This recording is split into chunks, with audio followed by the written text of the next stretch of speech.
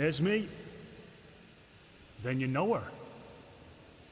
Great, then you're the one she wanted me to find. She wouldn't give me a full name, but she asked me to give the woman fitting her description this. Now, if you'll excuse me, I need to push on.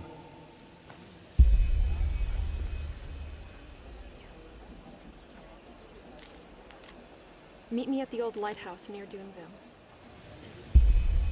Ahoy.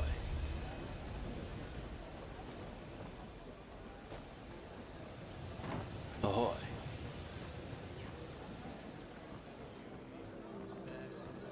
Yes. Sign. Bloody stuffy. Waits for us, the black guardian. If we stray from our path, if we lose our way, he drags us down to the endless cold.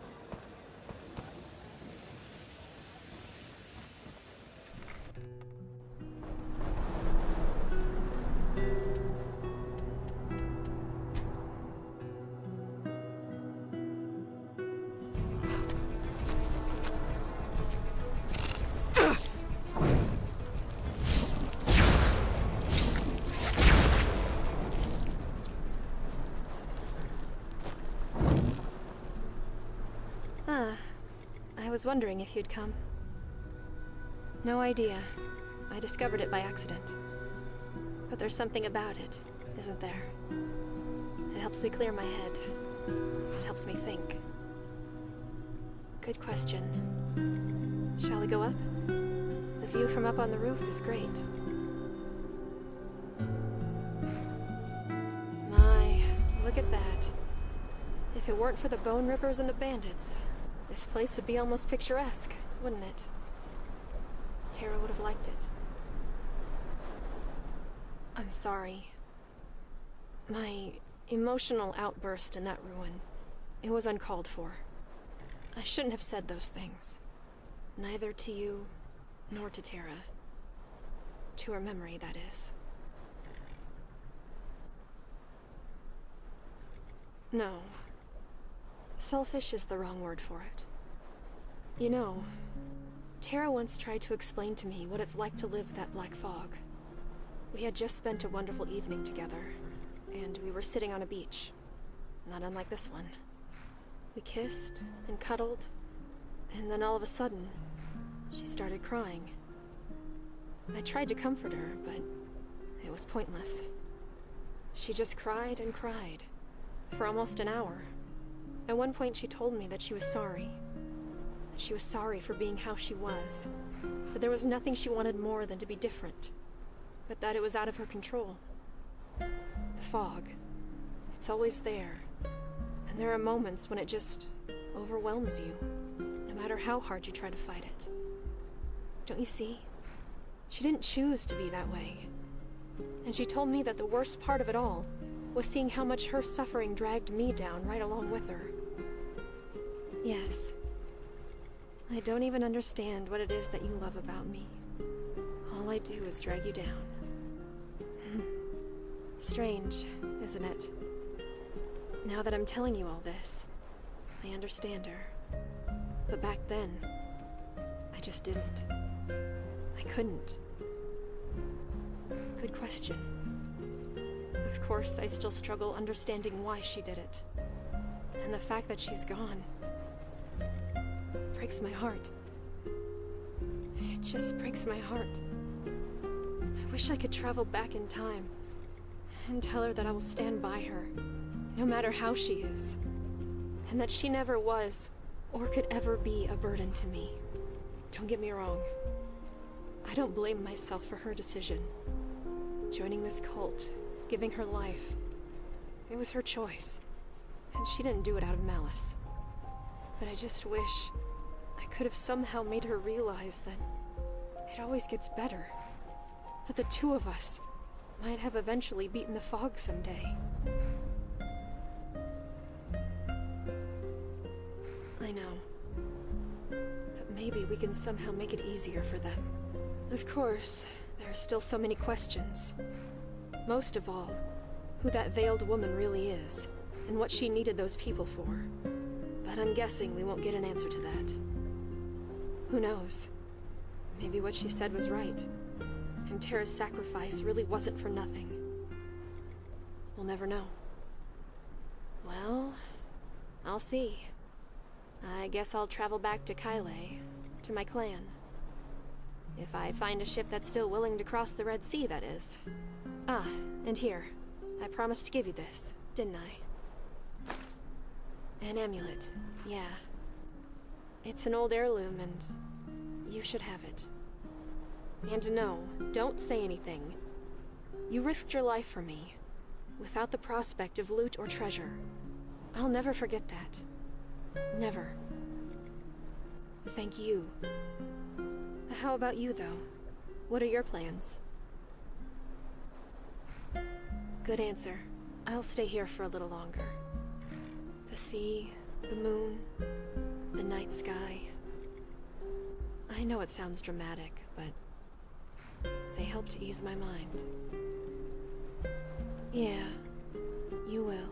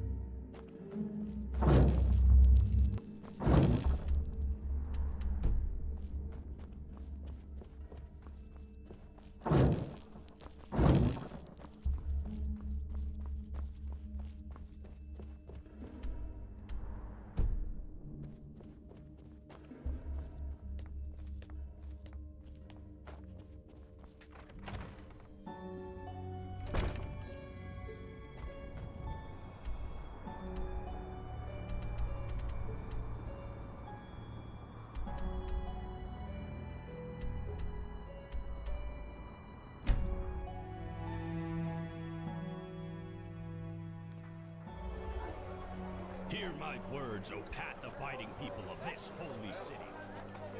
Rumors circulate. What? Sure. Take a look. They speak like madness that befalls peaceful souls trying to continue to countless atrocities.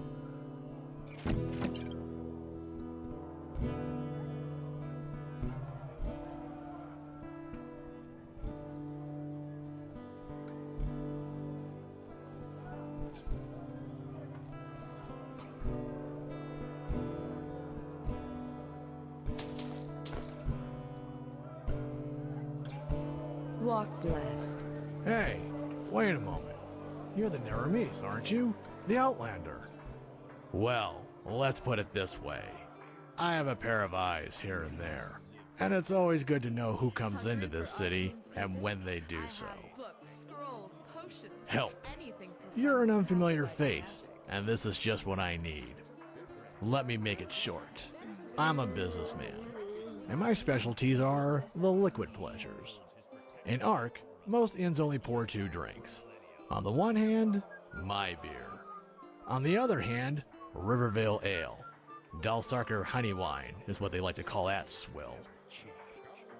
Now, the thing is, the Riverville Brewery and I have a deal going, and unfortunately, the new vine dresser respects that deal as much as the Rolata respect the righteous path. Now this is why I want your help. I need someone to aid me in serving some retributive justice, so to speak. A lot.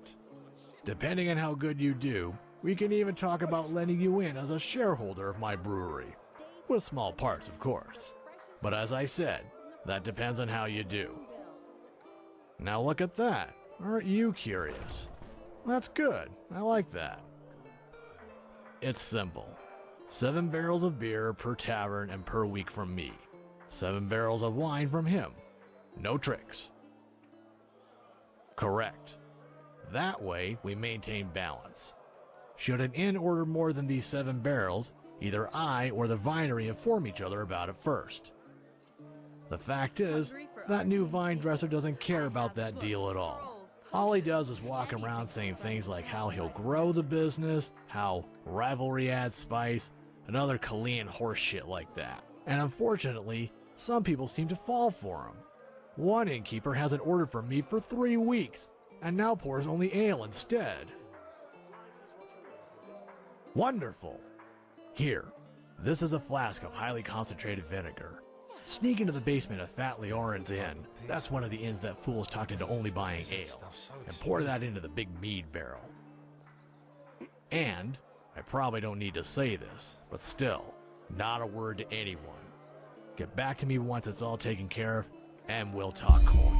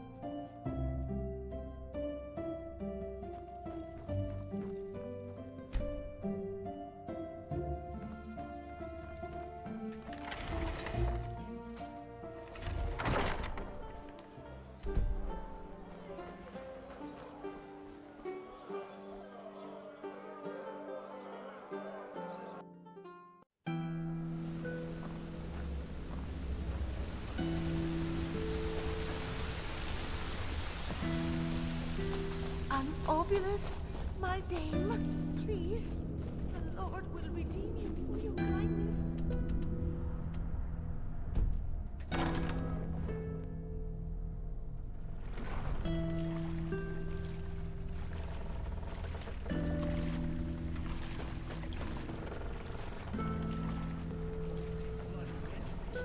Madame. She'll get what's coming to her soon. My dame.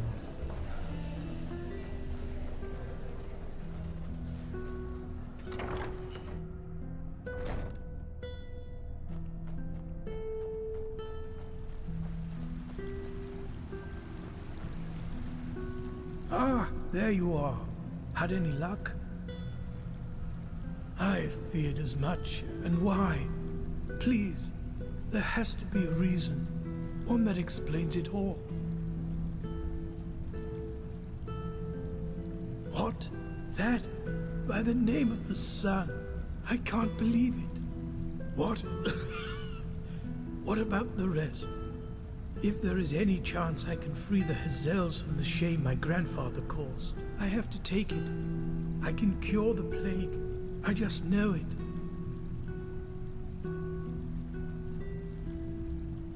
Only if they were being handled by a fool, which I am not. Please, I can imagine how this sounds to you, but I know what I am doing.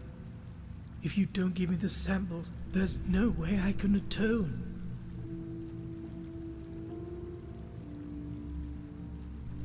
Thank you. Thank you. This really means a lot to me. Here's your pay, and take this. You truly earned it. I'm in my laboratory now. There's much to do. Walk blessed, my friend.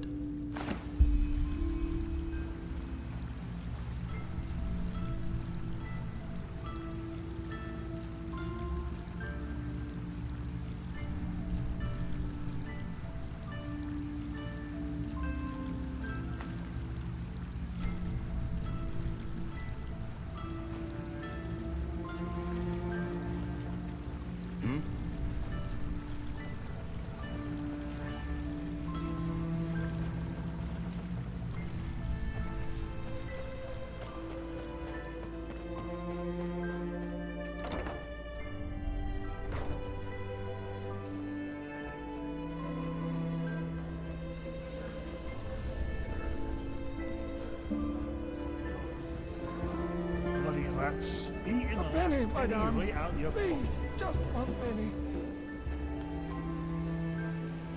Bloody steel Yes. crabs. What? Fair enough. Maybe there's a trick or two I could show you, but trust me, they don't come cheap.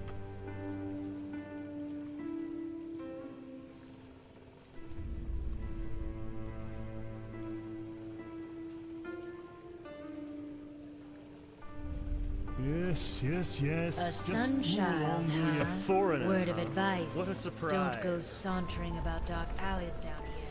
And watch your pockets.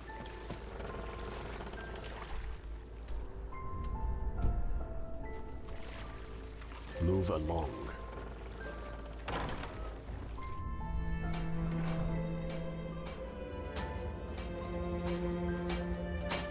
Hello. Mind your own fucking business.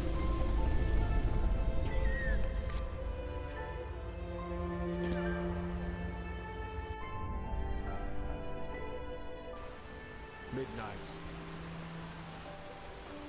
Between cobbles. An obulus, my dame, please. Between. Welcome, you merry drunkards, come along and drain your tumblers 15 times. There will be raised, so we start to count a bay. 1 mug for the joy of Fine being, vintage. 2 mugs for the clerics.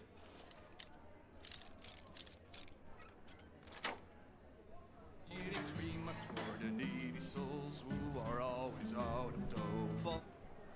Must drink at shepherds that all bored to death by crane and cattle, merchants, soldiers, wars alike. Let the liquor soak Oi. the night. What? Who are you? And what are you doing with that beautiful barrel?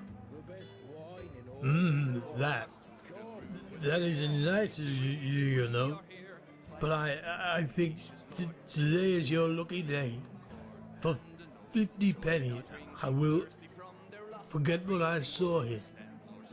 Of course not. What do you think? Thanks a lot.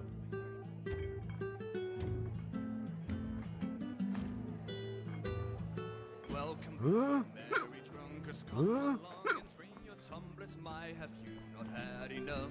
Let us start with the good stuff. 1 mug for the joy of being, 2 mugs for the clerics, reading 3 mugs for the needy souls who are always out of dough. Farmers drink and shepherds that's all bored to death by crane and cattle, merchants, soldiers, hordes alike. Let the liquor soak the night. Hymn of the Desert King.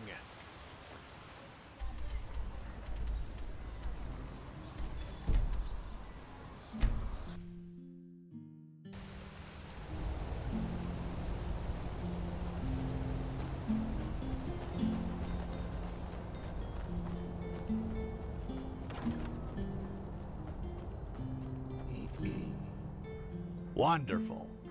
I can't wait to see what that stupid innkeeper has to say about the Rivervale Ale after tonight. Here's your reward, 40 pennies. And, as promised, a paper that marks you as a shareholder of the brewery.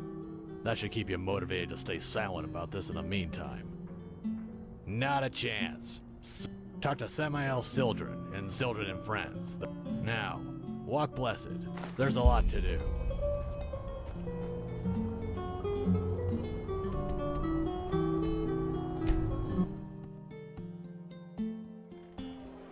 Hear my words, O path-abiding people of this holy city. Many of you may have heard it already. There's...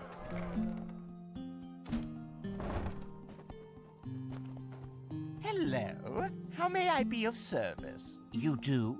Let me have a look. Very well, this looks solid. Madame? We will add any future gains from this holding to your vault. Walk blessed. Hello. How may I... Of course. Walk blessed.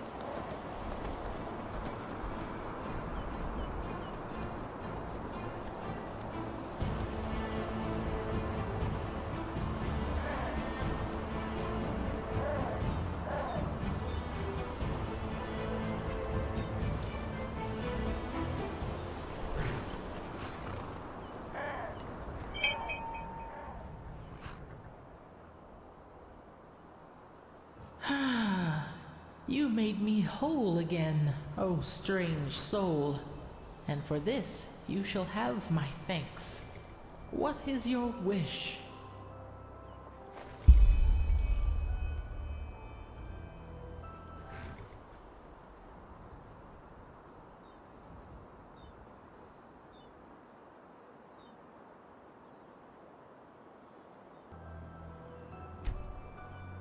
You shall have it.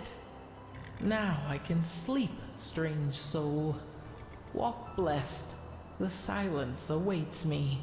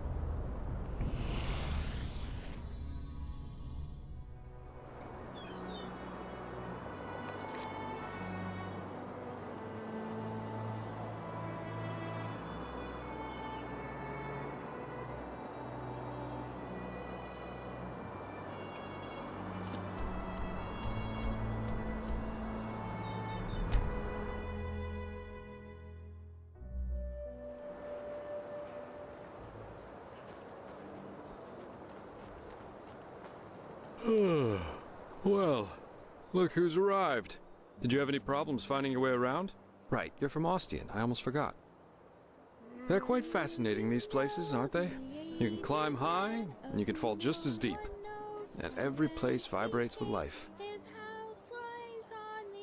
Well, I do. Here, put this on. And before you ask, yes, it's necessary. Just trust me. Just a respect.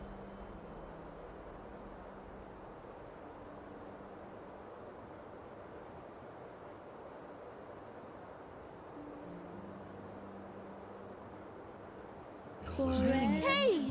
You're an adventurer, aren't you? Have you been to... How do they say it? LA? My dad told me that's where the petrified live. Yeah, as if.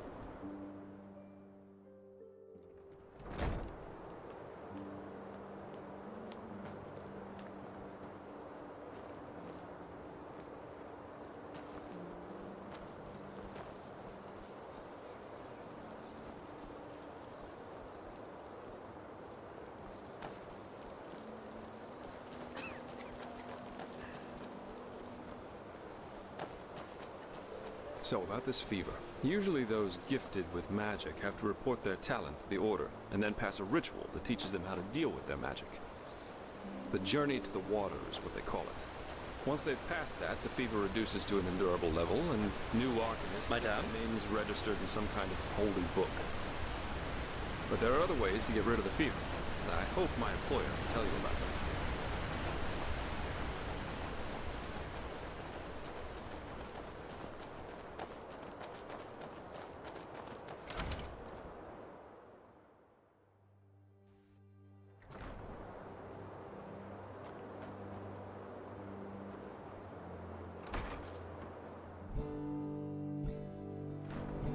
Okay, almost there.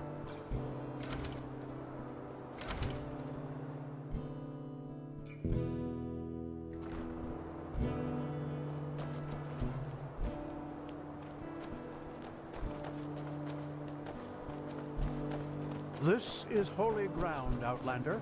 You don't belong here. This is holy ground, Outlander. You do not belong here.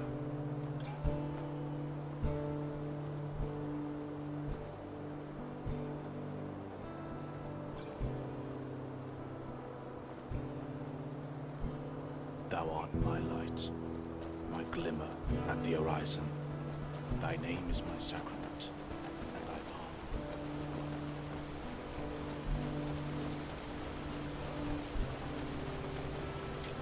Hold it, my sir. No civilians beyond this point without explicit permission. Who are you, and what leads you to this holy place? Business. I'm Jaspar Belveric, and I work for the Naramese mages. Ah, right. The mercenary. And who's your companion? Marija de Luna from Ostian, esteemed holder of de Luna's Empire of Tender Fragrance, the most prestigious perfumery in all of Vin. Archmagister Marigil sent for her. Didn't he tell you? The Archmagister. Well, that does sound like him. Fair enough, you may pass. But show this place the respect it deserves, mercenary. You too, my Dame de Luna. You have my word, fair lady. Thank you.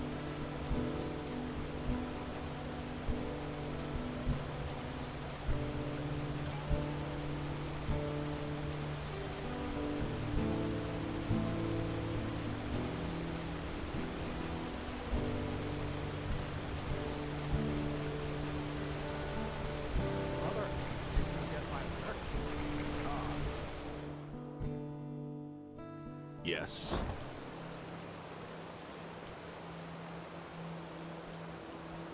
Well, that went better than expected. Hey, it worked, didn't it? That's all that matters. Nobody will suspect someone who's already in the temple.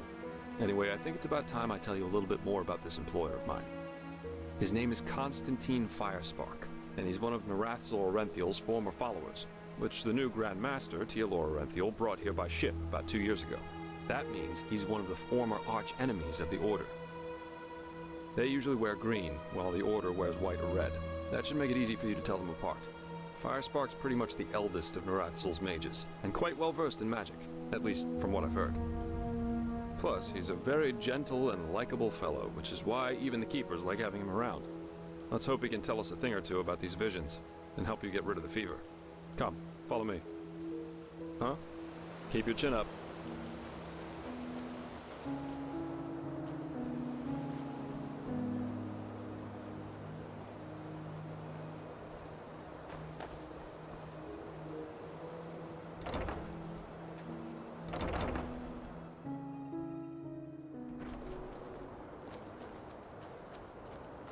What?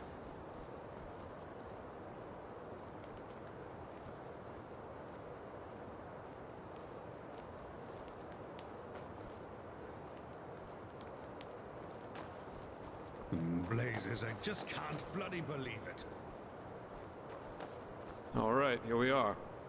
Hang on. No. That's not how you do it. Blast it! I'm just being careful. We Like have to. heck we do. Give me that thing, now.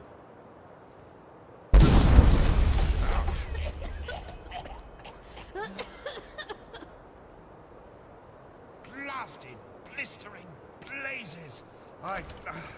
That's what you get for working with fumblers. I told you. Meister Firespark. What? Now who the heck are you? Can't an old man have a moment to himself? You hired me. The Magister, don't you remember? Oh, right. Joseph the Scrounger.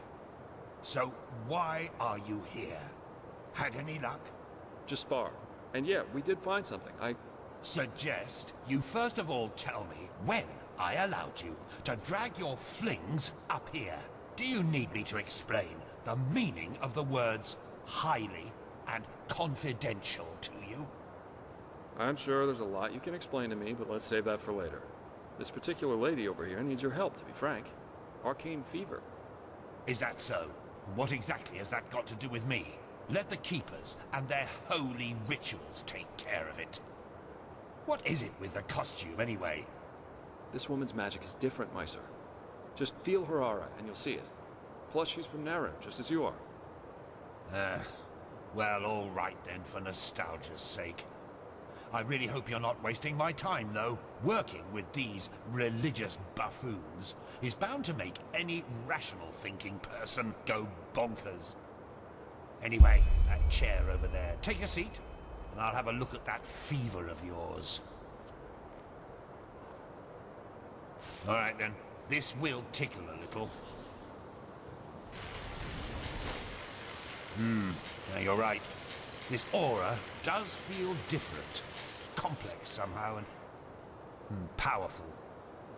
And do you really want to tell me you've only recently discovered that talent of yours? With that aura, I'm surprised that you haven't turned into an Obaya by now. Fine. Well, that is, we will help you. But first, tell me everything. How you got that magic, and how you met that Scrounger.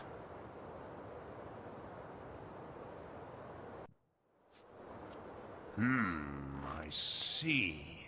Regarding this vision thing, I think that your mind simply played a trick on you there. Not that it's much of a surprise, considering what you've been through. Actually, you were quite lucky that the sudden outburst of your glance didn't blow your head right off. By all that's holy, I won't start playing your tutor now. If you don't know about the basic functioning of magic, then read something from Balador Goldenstein. The glance on the sea of eventualities. Alongside, but apart from the reality we're in right now, exist countless other realities, in which some events have different outcomes, so to speak. A version of this very same room, for example, with the very same people in it, only that Meister Firespark's beard is on fire. And what defines an Arcanist, someone capable of magic, is that he or she can see those other realities and let parts of them come true. Well, look at that, Jasper. You surprised me. That's what I'm being paid for.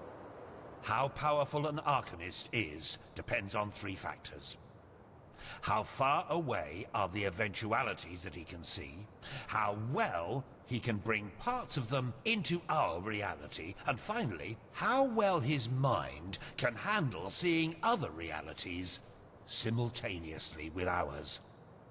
Lighting a candle is easier than calling a meteor from the sky, to speak plain inal. But, as I said, read Goldenstein if you're interested in the topic. I'm not going to waste any time with lectures.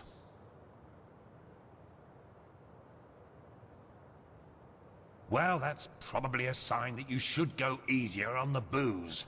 Skill, whether of physical or magical nature, isn't gained through touching some stones, but through hard work and discipline. Even though this screwball Endralean talk of paths and predeterminations tries to tell us otherwise. Ah, well, if that's what you want to believe, go for it. I, in any case, have never come across such a phenomenon in over 50 years of studying magic. And now we should... It all begins with the dreams. What the blasted blistering blazes? Does this room look like the bosom of a whore to you? Or what makes you think you can go around touching anything you get your fingers on? These documents are confidential, for heck's sake.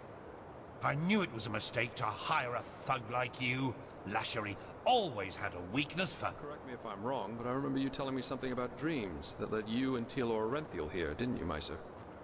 And you told me that in this vision of yours, the Veiled Woman said this. It all begins with the dreams. What? Is that true? Oh. Then, this near-death experience you had before you woke up on the shore. Tell me again, what exactly did you see in it? A room? Well, this is strange indeed. Anyway, for now all that matters is that we get that magic of yours under control. Whatever you clairvoyanced back there is of no use to us if you're dead as a doornail in a couple of months. Well, that's usually a plodding process. The fever you feel is a result of your mind not being able to handle all of these possibilities, so to speak. The ritual the Endraleans practice to get the glance under control is called the Journey to the Water. Put frankly, it means 1 year of hour-long meditation, bland food, and abstinence from anything that makes life worth living. In due time, the Arcanist then learns to filter these other realities from ours, and the fever gets less and less. Anyhow, luckily enough, we Nehrimese know of a way to quicken that process. A shortcut, if you will. I'm not capable of performing it, but another one of us is. Her name is Lashery, and you should seek her out as soon as possible.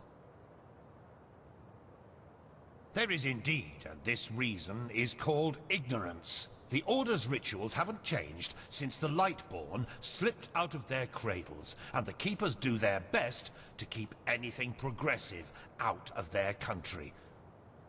But please, if you're up for a year of austerity and stern-faced magisters scolding you, go for it. I really don't care. She's currently in a ruin called Old Rashengrad, not far from Ark. Just tell her that I sent you. Give me that map of yours. Okay, now you'd have to be a total idiot to miss it. I recommend leaving for the ruin straight away. And you, Joseph, you're going to come with me and show me what your trip to the Sun Coast brought forth. Hopefully, more than a bottle of honey wine and a hangover. Quite a character, isn't he? But I like him somehow. Here, I owe you this for your help back in Riverville. And in case you're in the mood for a mug of ale and a good chat, just drop by the Dancing Nomad in the Stranger's Quarter. I'll get myself a room there for the time being. With all that said, good luck mastering your magic, my fair lady. I'll see you around.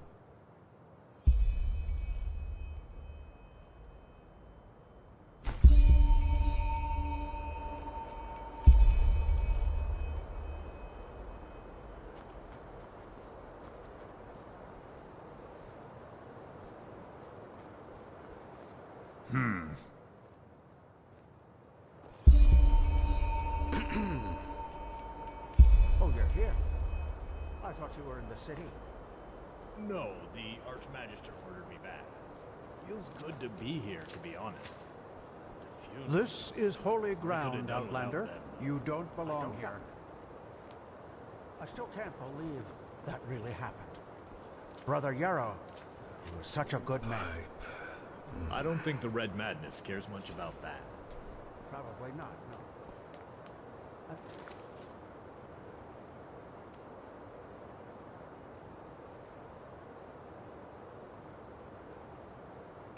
wonder how it...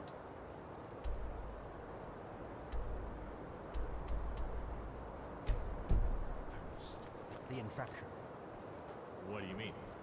Well, the red eyes and the obvious madness only happen in the last stages of the disease. But what happens... Walk, of course. Sister. I completely forgot. Oh, Yarrow, you damned old fool. I guess I should be lenient with her. Here, I think I owe you this for your time. Now, excuse me. We have a lot to do here. But there was no hatred in him, only grief. The hatred only came shortly before he did it. Sorry, but I don't really see what you're going at. I'm just trying to say that maybe we all should be careful. Maybe it was Yarrow's grief, his instability, that made him susceptible to the red madness in the first place.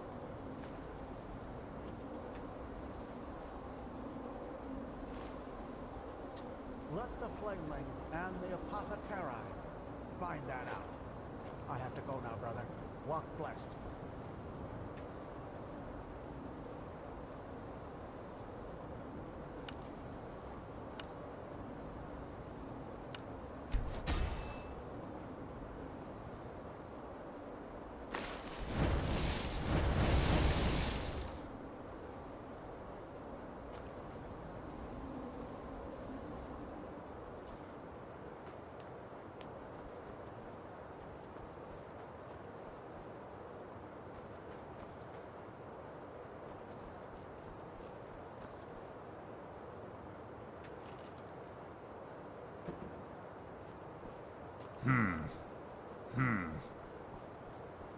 What?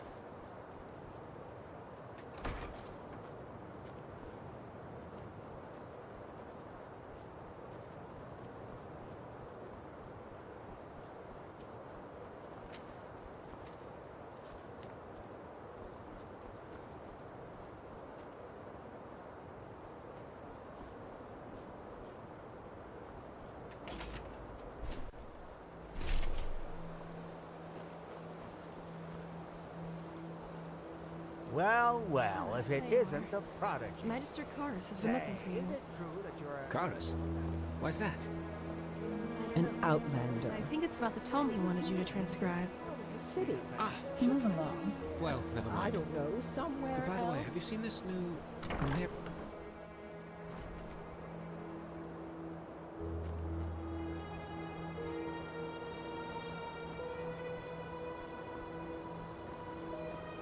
This is holy ground, Outlander. You do not belong here. Oh, you're an Eterna. Of course not, my dame. Forgive me, I didn't mean to offend you.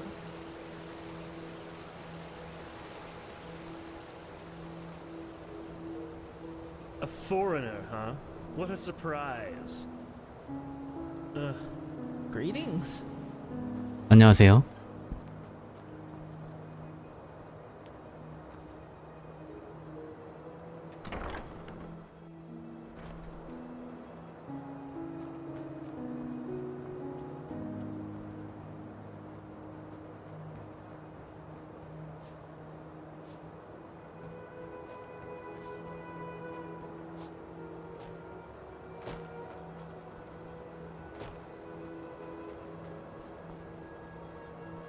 You again. Huh?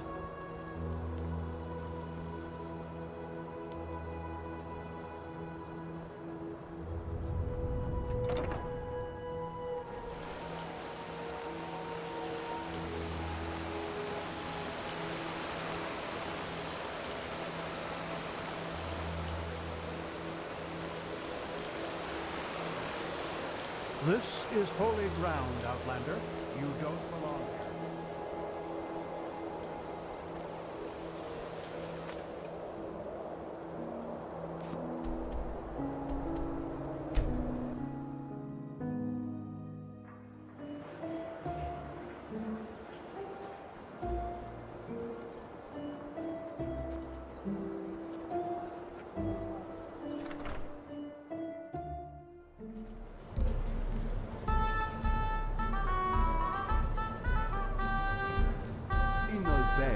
Sorry. The offer stands. Just think about it, okay? I will. Take care. Hey, you came. Come on, take a seat. So, tell me, how are you holding up? It must have been quite the whirlwind. Yesterday, a refugee from another country, and now a prodigy with a magic great enough to impress old Bushybeard. Good luck with that. I'm quite curious to see how things keep on with you. You're different. I noticed that the time we met. Anyhow, tell me, what do you make of this country now that you've had some time to look around? I figure it must be quite the change from Nerim. Shoot. Yeah, I can picture that. You know, this is exactly the reason why I love inns so much. The sky can rain fire out there. In here, you'll always meet laughter and good humor. Not to mention all the good-looking men and women.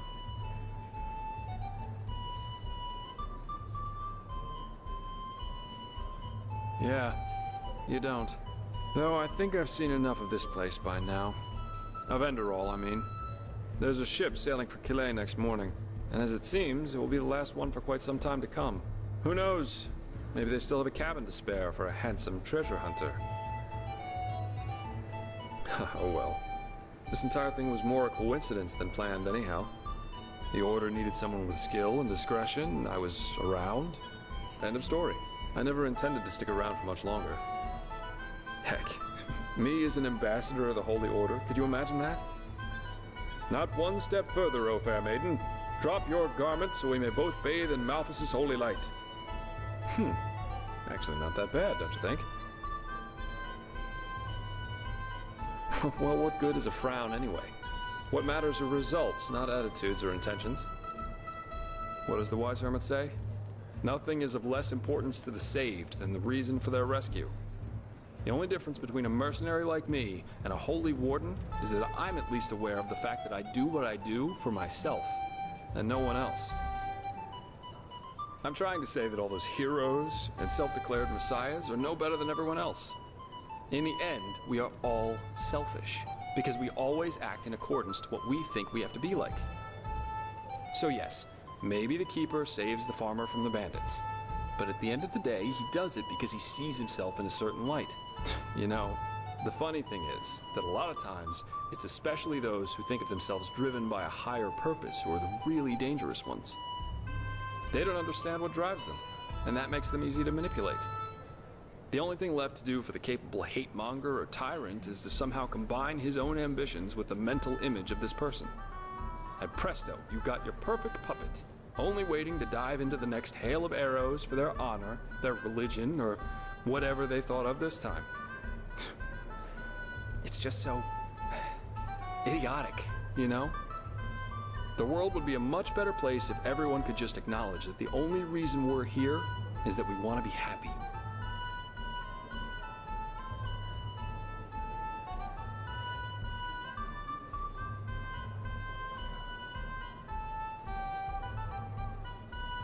Yeah, seek bliss and avoid pain, as the wise hermit likes to say. And believe me, once you realize that that's how people just work, life is a lot better. Oh, yeah, I do. And this goal is called surviving. And if possible, to be able to enjoy a good glass of wine or an exciting night from time to time.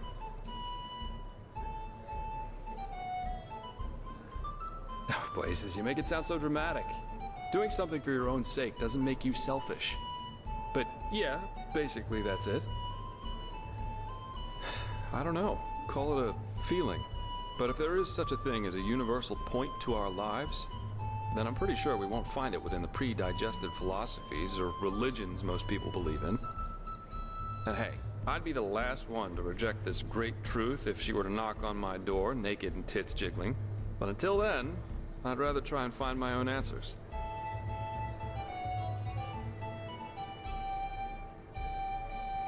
Really? I was half expecting you to throw insults at me. That's what people usually do when I tell them that. But I guess life is full of surprises. Anyway, I'll take my leave now. I very much enjoyed our talk, but the ship to Killet leaves before the first cocks crow tomorrow, and I want some more time to think about it. Well, it most recently gained a good-looking Naramese woman. Maybe that'll make up for when I leave. Keep your chin up.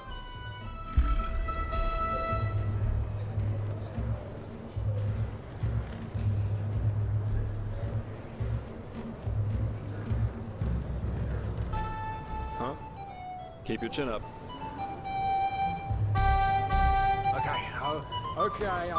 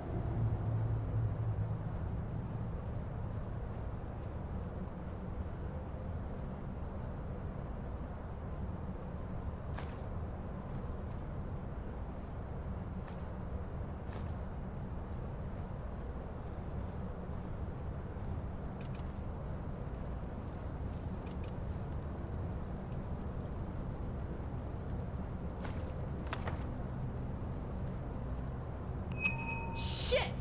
Get away from there! Now!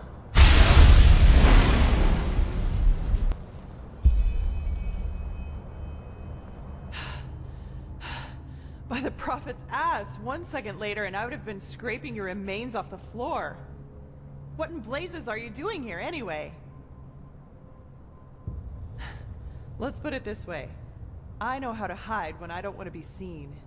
And concerning the explosion, you stepped right into a Kiranian dust crystal. Get a little too close and wait a little too long, and you'll have your ass blown around your ears by an explosion that would put any cannon to shame. Lashiri? Oh my. The fellow really isn't one for names, is he? I'm Lashari, but never mind that. At least it proves you're not lying. Anyhow, I hope you're not the backup I asked for. I was hoping for someone more, impressive. No offense.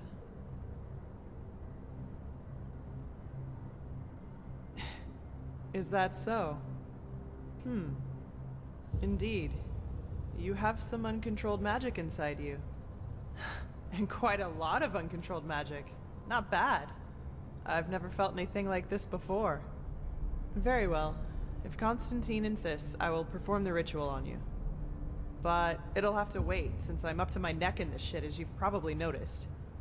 Short version or long version? Which do you prefer? Fine. I suppose you already know that we That is me, my assistant, 2 arcanists, and 4 keepers are here to do research on, well, on something, which is exactly what we've done these past weeks. But as I went upstairs to get something a couple hours ago, I suddenly heard screaming and the clanging of metal coming from downstairs. As I looked for cover, I saw these 2 shapes in red robes vanishing into the lower parts of the ruin. I have no idea who they are or why they're here, but to me, they look like mercenaries. Anyway, fact is, my esteemed Indralean colleagues and my assistant are still down there, together with our research, and I want them back. And before you ask, yes, you can help me. You'll have to, actually, if you want me to tame your magic. I wouldn't have a chance fighting the mercenaries by myself, but the 2 of us might be able to do it, provided you can defend yourself, which I'm quite sure you can. What do you say? Are you ready?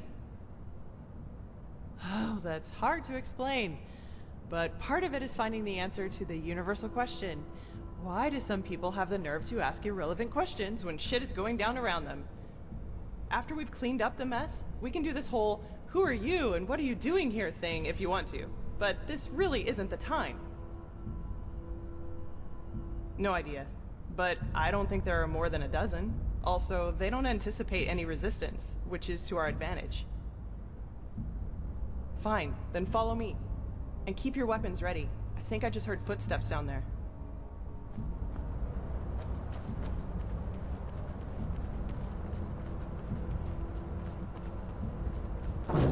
Shit.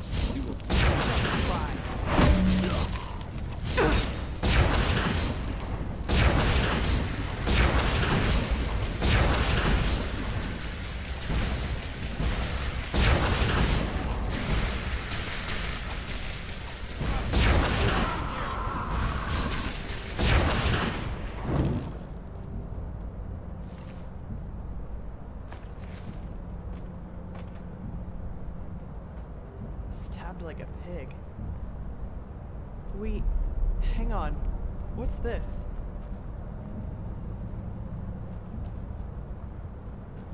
By the prophet's ass. I don't believe it. They're orders. My assistant, Sev. It seems he's the reason these fuckers managed to take us by surprise. Save it for Sev when I shove this staff up his ass and fire a thunderbolt.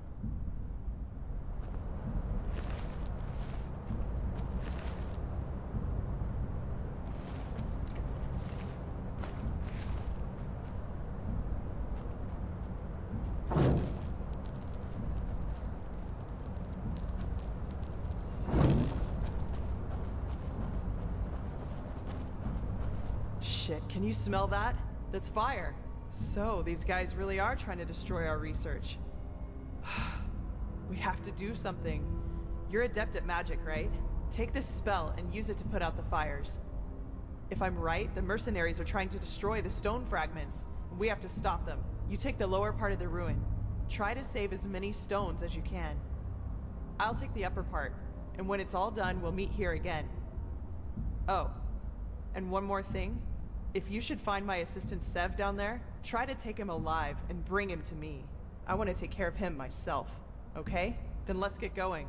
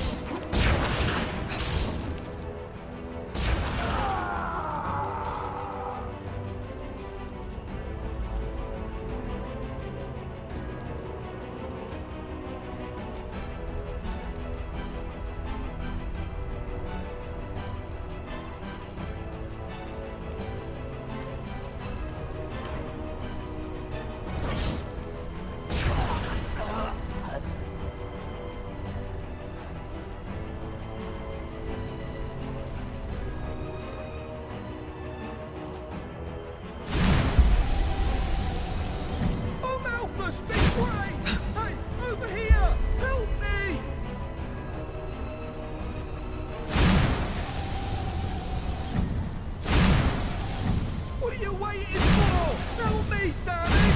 Put out the fire! You fucking scum! You'll pay. That was close. Those bastards just left me down here to die. Can you believe it? Despite everything I did. Oh, forgive me.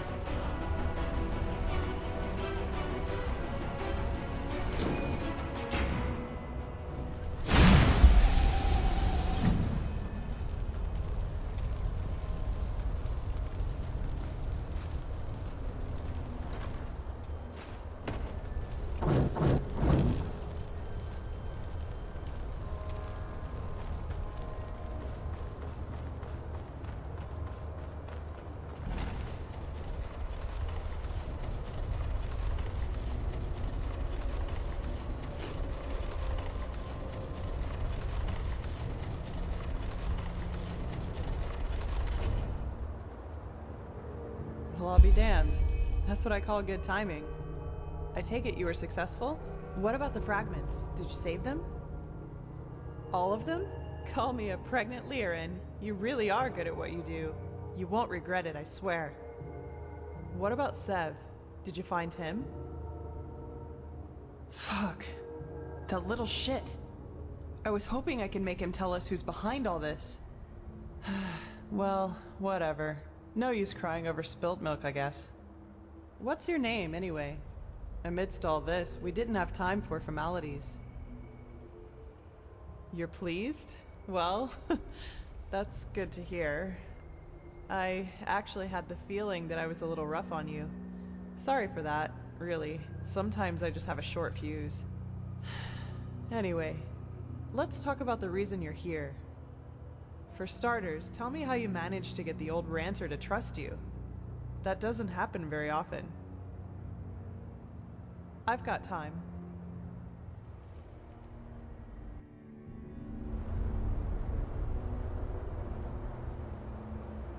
Uh-huh. So, you're saying that you learned all this, the magic, the swordplay, in such a short time? That's fascinating, to say the least. And these visions, if I understand correctly, you foresaw the death of the two apothecary? It does indeed. But hey, who am I to judge? Here you are, the mysterious stranger who appeared out of thin air and, without much fuss, took out an entire group of sellswords. And even better, now you tell me that these skills come from studying magic for only a couple of weeks, and that you can see the future. You certainly are full of shit. Not you, sorry. I mean, I just had a strange thought. But no, that would be crazy. Way too unlikely. Well, I'd like to speak freely, but I'm bound to my agreement with the Holy Order. However, I will tell Constantine and old Aranthiel about my theory. And you will probably have to be patient until the latter decides to put you in the picture. Sorry. But if my idea is correct, Then we'll be in a position to really kick ass. Anyway, hold still for a moment. Ready? Alright, let's do this. Don't worry, it'll just tickle a bit.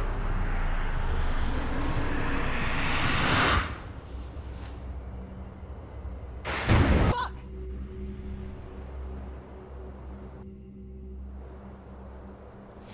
Are you alright? That wasn't on purpose.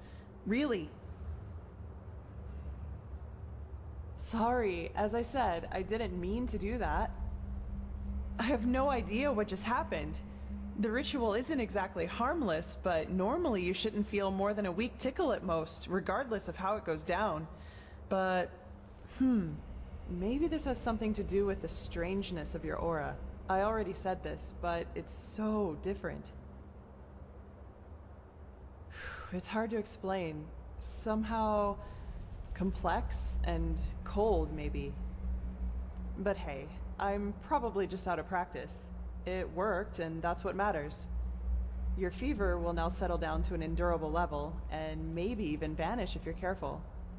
And now, I suggest you return to Constantine. I will get the stones to safety in the meantime. You need anything else? If not, see you later.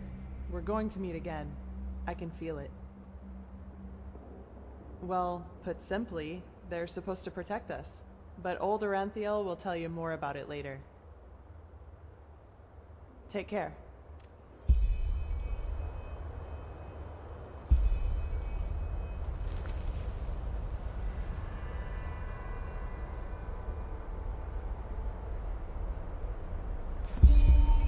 Huh? Go see Constantine.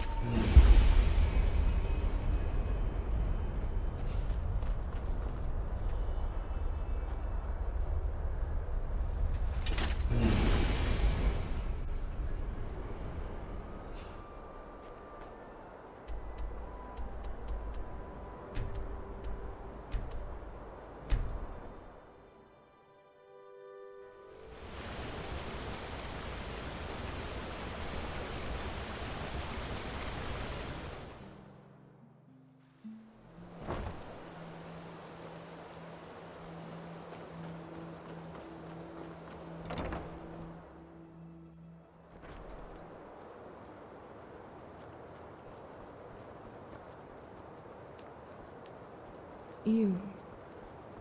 Good to see you. Now, if it isn't the prodigy, well? Yes, I know. She's already told me everything. Good work, even though part of her report seemed to be a bit enthusiastic. But I'll leave the judgment to Aranthiel. He wants to talk to you anyway. Seems you've caught his interest. Didn't I tell you that already? He's the highly esteemed, holy Grand Master of the Order. Tilor Aranthiel, son of Lorius I, praised be his name. An old legend, risen from the dead, or something like that.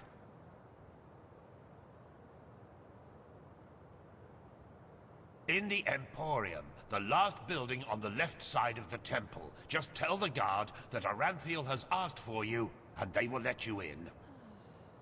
Ah yes, before I forget. My dame Lucy has left a token of gratitude for you. It's your choice.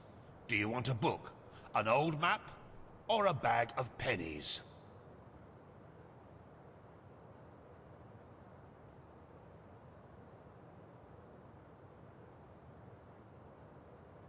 Very well. Now get a move on.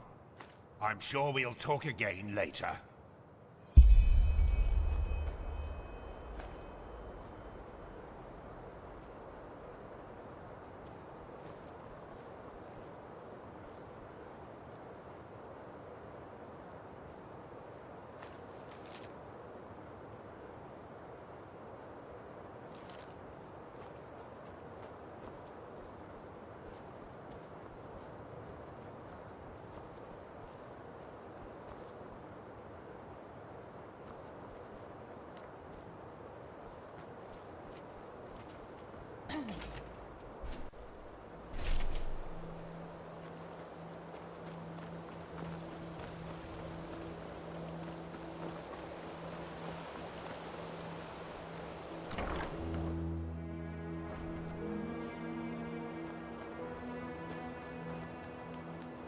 suspicion, Tila.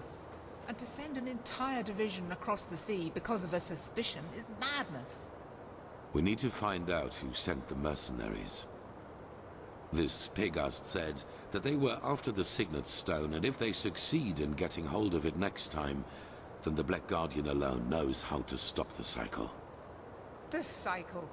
Listening to you talk almost makes me forget that all this fuss here is merely based on some bad dreams you and your Neremese friends had. The threat is real. Deny it as much as you like, but deep inside, you feel it as much as I do. Tila, you're a commander, and a commander doesn't care about feelings, but about facts. You have made this mistake before, Tilor, back then in Kira. Natara, the mission will happen. I'm sorry. You have a visitor. So, you are the prodigy everyone is talking about. Interesting. I am Tiela Aranthia, son of Lorius I and Grandmaster of the Order, and I'm honored to meet you. What is your name? Yes, and I will come straight to the point. You are here because I believe that you are special. Humanity faces a threat that needs to be stopped, and to achieve this, you are indispensable. Among other things, yes. I do not need to explain to you that the present situation on Veen is chaotic. The wars, the living dead, common people who are losing their minds, to name only the most obvious. What most people are not aware of is the connection between these events. You, however, have encountered it, as have I. I do, and I will explain everything to you. What it means, who we are, and what your part in all of this is. Come, follow me. Maybe you already know who I am. My entire life, I served the gods who ruled Vin, until their death 2 years ago. What you probably do not know is that the one responsible for their death is my son, Narazul Aranthia. He hated the Lightborn because he believed that they robbed mankind of their right to freedom, so he strived to overthrow them. He found followers, formed an army and declared war on them, and thus on me, a servant of the Lightborn as well. It all ended in a battle 30 years ago, which Narazul won. He killed every single survivor except for me, and locked me in a dungeon on Nerim. I still do not know why he spared me. There were circumstances favoring the development, but it's a long story which we won't discuss now. Good question. Because at the moment stability is the highest good, even more so considering what we are facing. The rulers of Kira and Kile both made the mistake to acknowledge the death of the gods to their people, and the civil wars that followed in their countries are evidence of the chaos that such a revelation entails. Enderal is the cradle of the Order of the Gods, the epitome of theocracy. It is unthinkable what would happen if we confirmed these rumors. I am sure you understand this. Maybe when all this is over that will change, but for now it is imperative that we deny all rumors of that kind. Yes, after more than 30 years, when the death of the gods made the magic around the prison disappear. And during my escape in the northern mountains of Nerim, I also had them for the first time, the dreams.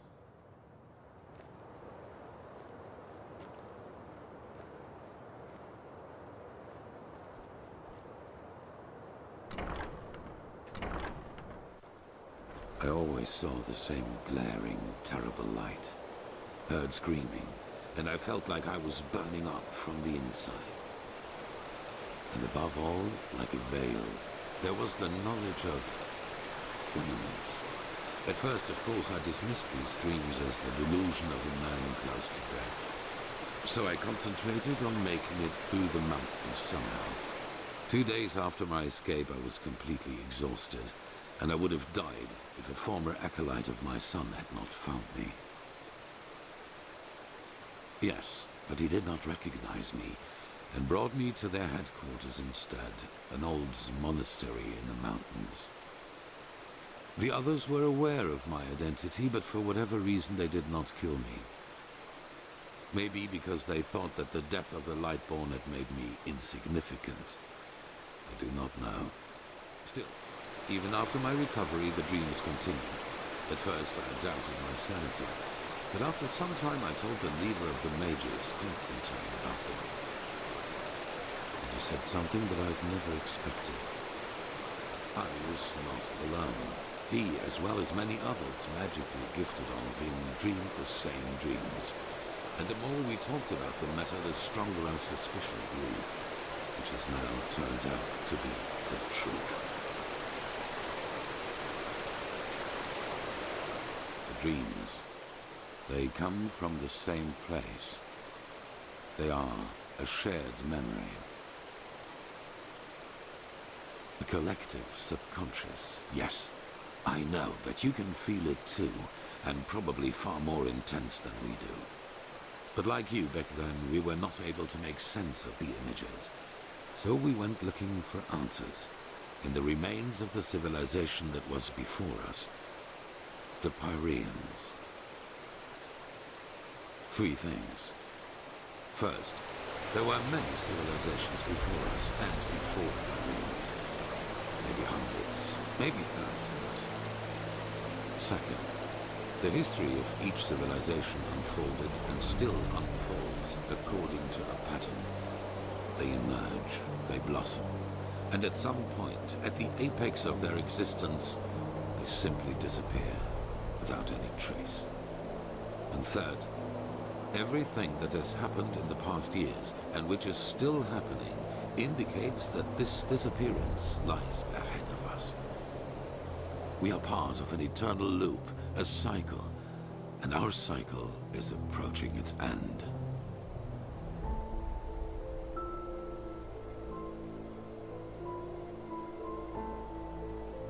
Not identical, but one can split them up into episodes which repeat themselves in the very same manner, into patterns.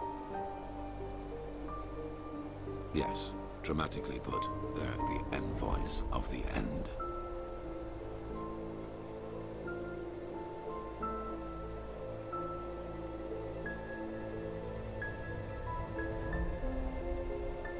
I see why you would say that, and I felt the same way for a very long time too. But there came a moment when we simply could not deny it anymore. We began to study the history of the Pyreans more intensely, and the parallels were extraordinary. In its early days, the Pyrean Empire was split up by a disaster, just like Vin was split up by the Starfall after the reign of the Eterna. Also, the Pyreans had a ruling caste who declared themselves gods after the catastrophe. The 2 castes of the Sun Priest. They, too, ruled until they were overthrown. This overthrowing was followed by an outbreak of wars and chaos. And then, just like that, the Pyreans ceased to exist. They knew it was imminent, but they could not prevent it. They called this event the Cleansing. They tried, but they failed. Who knows why? Maybe they found out too late, or maybe they were too weak. That is the question we need to find an answer to. The end was not violent, at least not in a sense as we know it. There was no natural disaster, no magical explosion, no plague.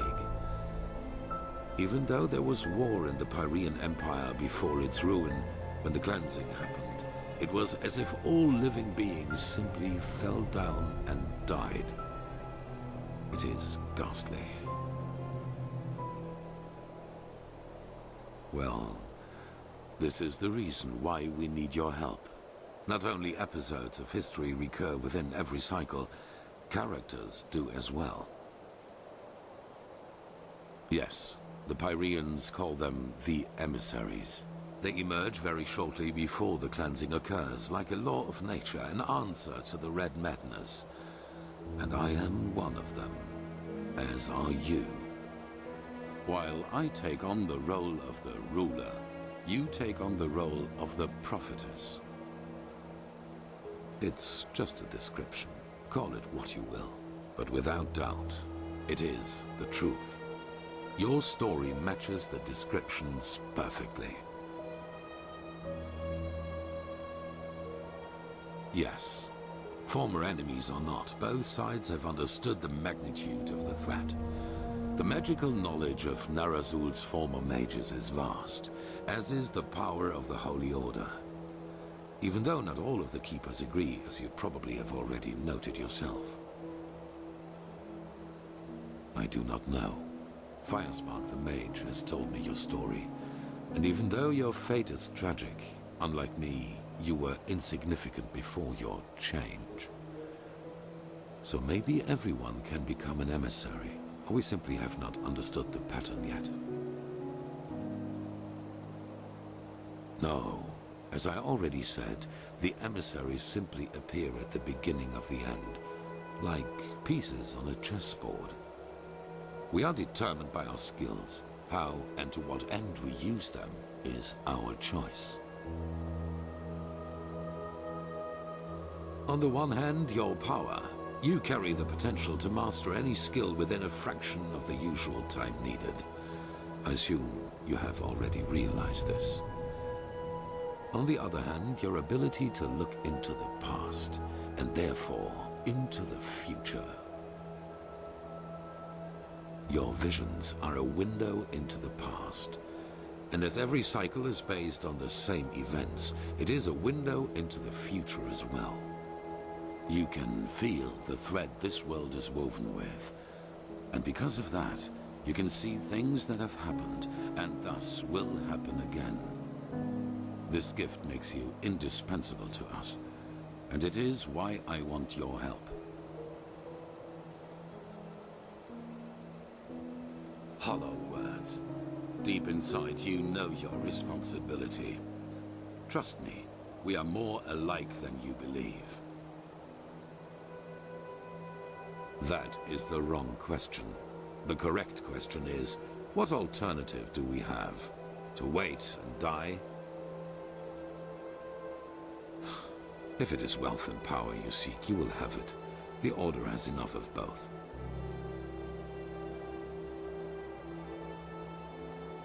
Very well. I await your answer. Well, have you made your decision? Very well. I await your answer. Good. However, there's one more thing before the actual work begins. I want you to join our Order, and to do so, you have to pass a test. A trial. It is. Whatever you think about our story, we are the only faction that is strong enough to oppose the cycle. If you want to be part of our mission, you need to have access to our knowledge and resources. There will be voices in the Order speaking against your admission, as they are speaking against the presence of the Naramese mages. Consider it an honor or a necessity. It is up to you. It is the trial the novices have to pass in order to be exalted to the role of a keeper. Only the best students of the Squalor are allowed admission, and even though you have not been a novice, I want you to take it too. At this very moment, 2 novices are on their way to the testing grounds.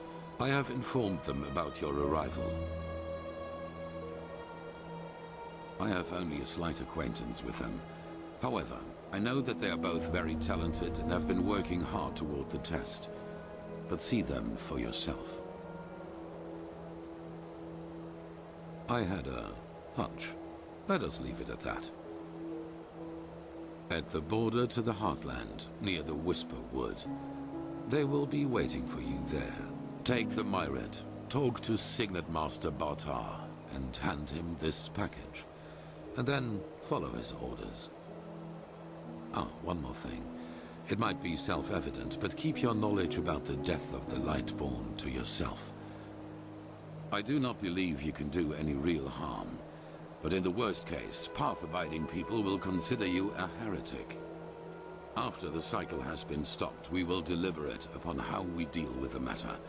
If and how we tell our people about it. But not now, that is for sure. Now, leave. The sooner we can dispense with this formality, the better.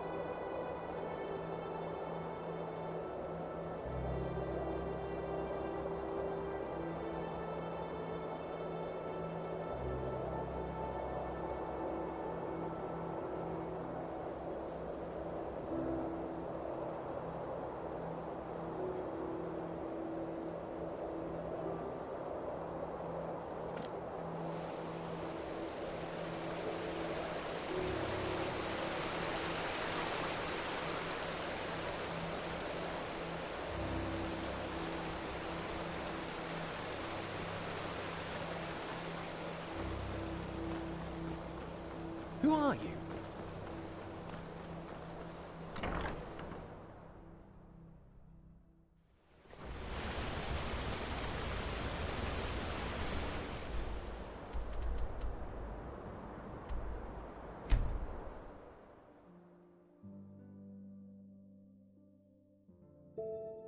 Good evening.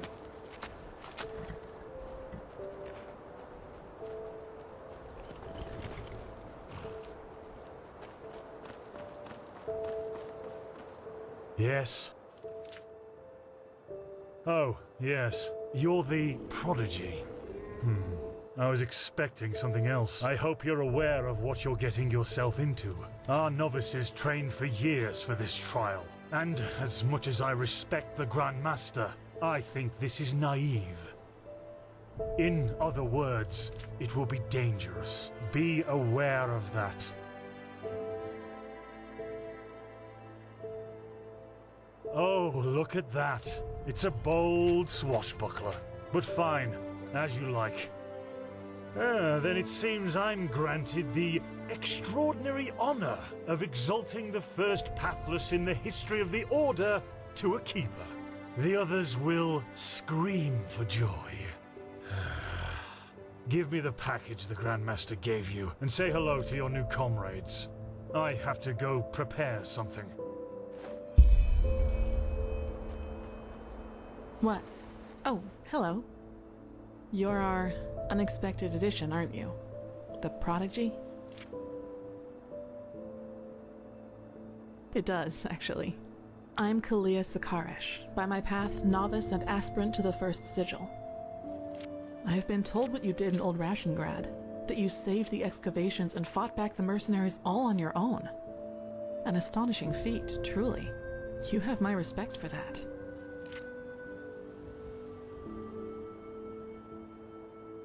I know, but you tried. You know, I'm really curious as to what the mercenaries thought they were doing. Someone willing to attack the Holy Order is either extremely powerful or extremely naive. Anyway, it's been an honor to meet you in person. Let's talk later.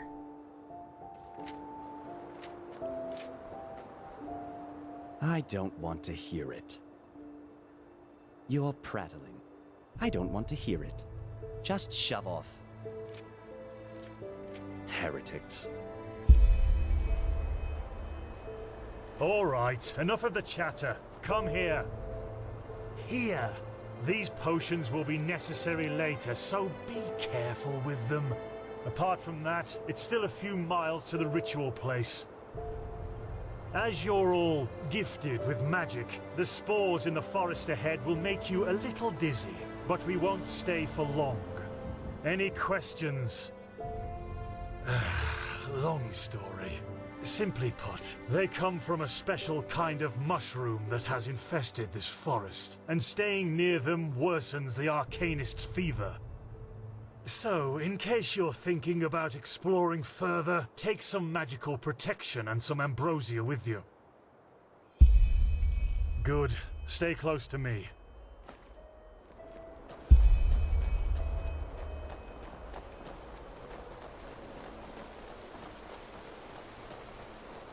But it's too late for that now. Korek would have conquered the city, and then you will be ashamed.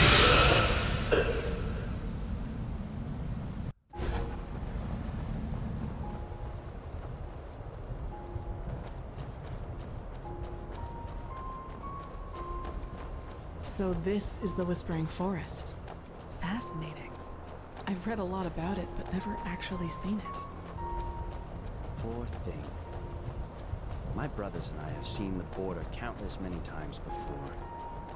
But I bet you know all about the Undercity's rat holes instead. Get ready!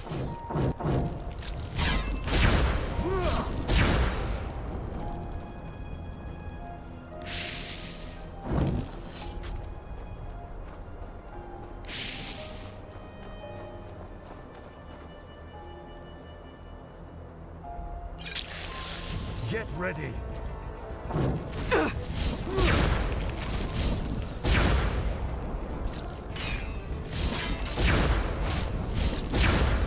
I'm too old for this.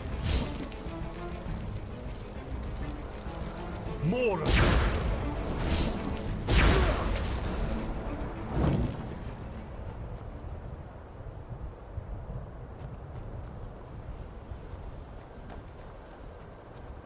Wait, do you see that? Yes, that man. What is he doing? Who cares? He's probably just a traveler. He shouldn't be here. No merchant in his right mind would voluntarily travel through the Whispering Forest. We'll go take a look at him. Stay ready.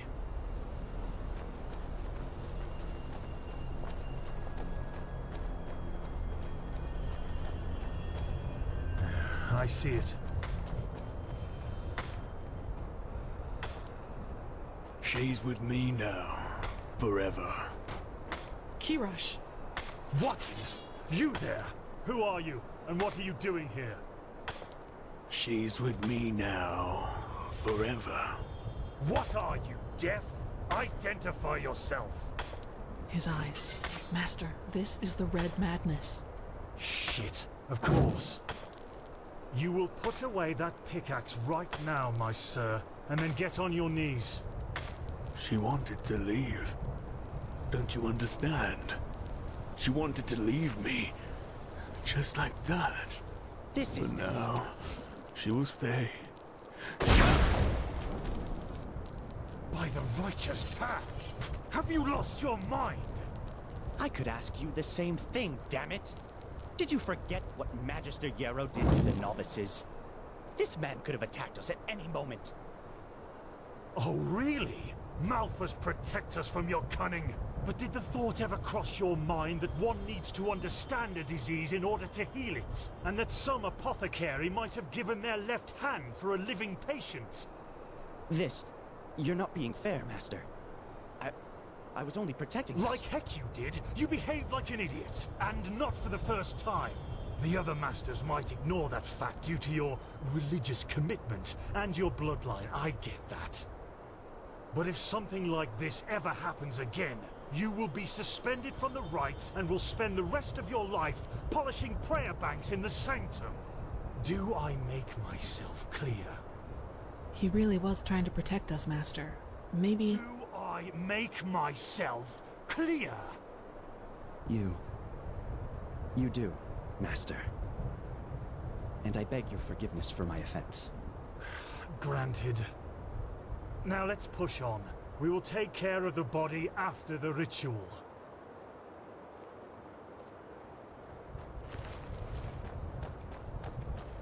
Are you okay? Just save it.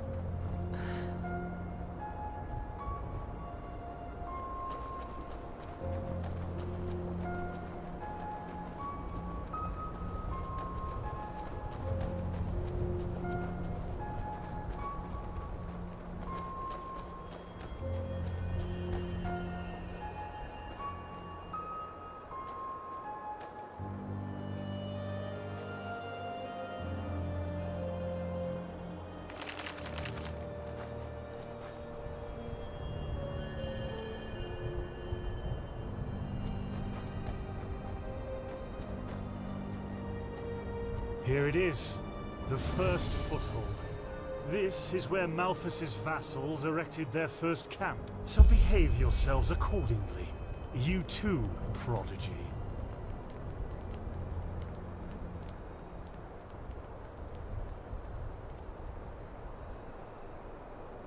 Well then, before we start, there's something I need to tell you. Something, important.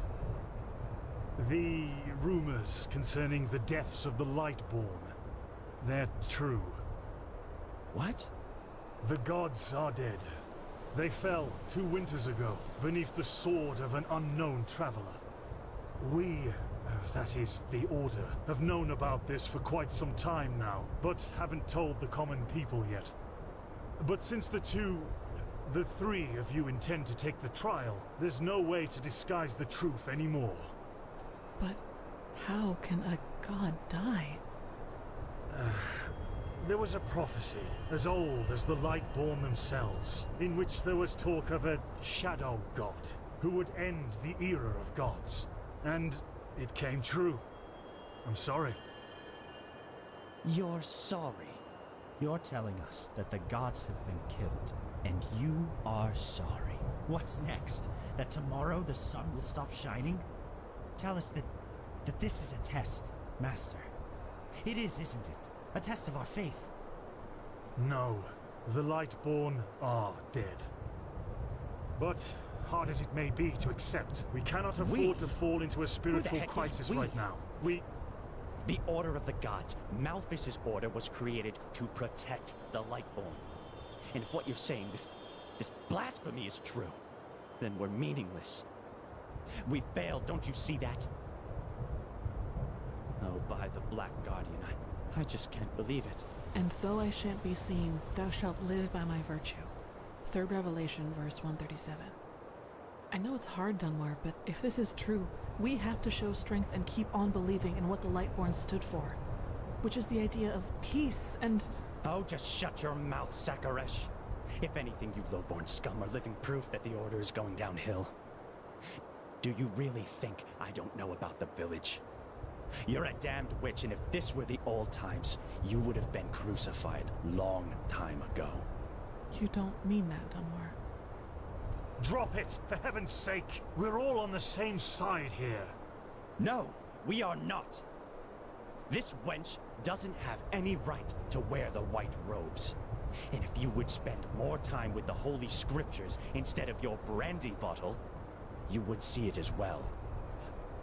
But no, you just... Shut up! I swear to you, one more word and you will wish that I just suspended you. But... no buts! Do you understand? Yes. I hope so, for your sake. Just be glad that this is a time when we need skilled mages more than ever. Just be glad. Now enough of this. Our demeanor defiles this sacred place. There will be enough time for depression and personal crisis after the trial. Let's recite the holy words. Thou art my light, my glimmer at the horizon. Thy name is my sacrament, and thy path I will honor. in life as in death. May May your your light light guide me. Good. As you know, this trial will test the fortitude of your spirit. Because this is what distinguishes a keeper from a soldier. What distinguishes a wise man from a fool. Keep that in mind. Now, drink the potion I gave you. You first, Prodigy. Let's hope the Grand Master was right about you.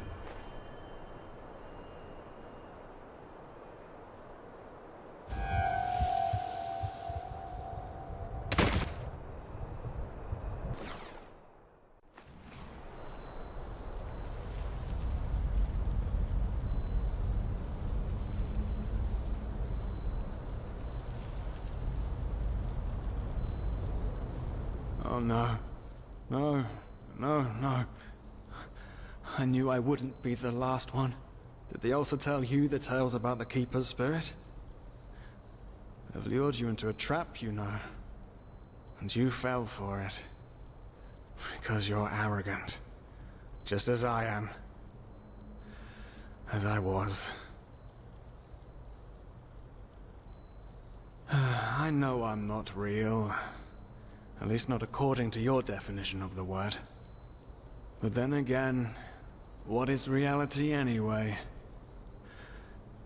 If I told you that you and your friend Sirius actually lie dead at the bottom of the sea, and that everything that has happened so far, your journey to Ark, the search at the Sun Coast, was only a dream, would you be able to recognize the truth?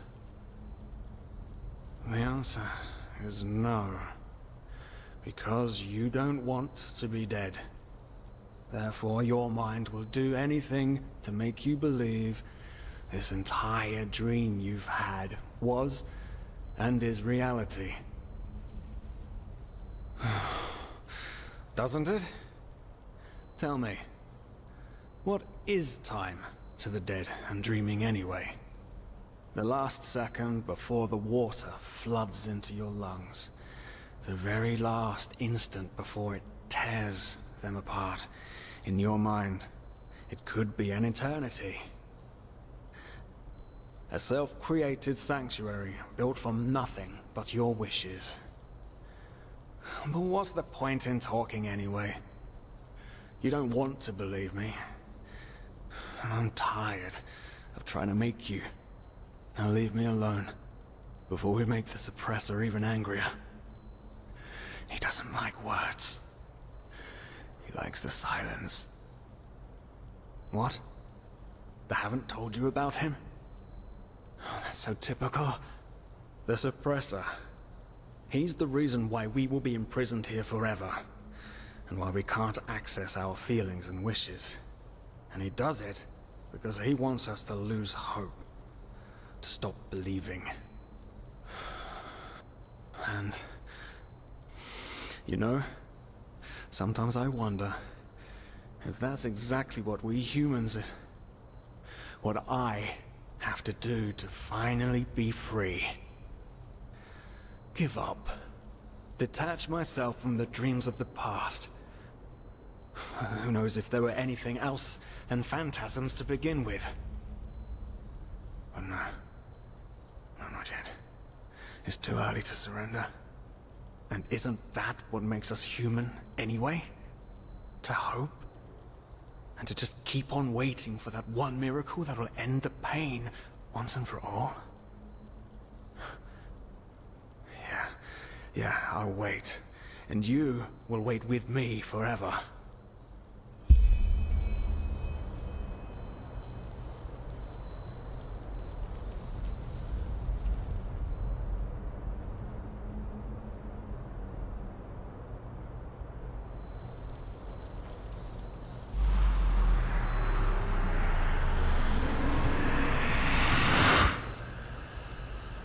What the? How did you do that?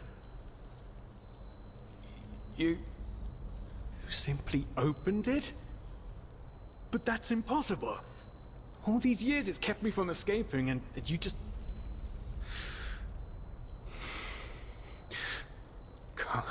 Come on. We have to look. We have to look and see what's outside. We won't get far, but still we have to see. Come, lead the way.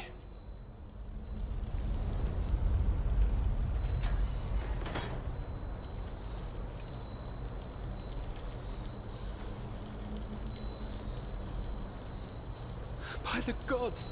These are the scourges of the Suppressor! They want to punish us!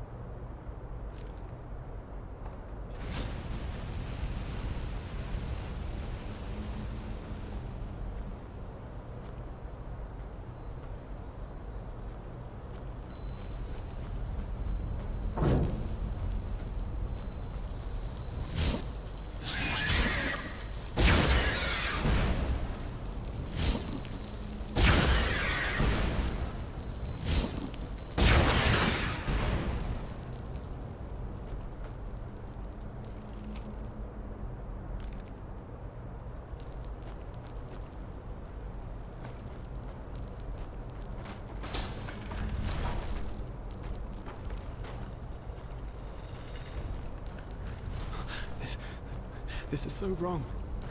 And right. At the same time, I know we can't escape, but to just have a glimpse outside. The Suppressor will understand.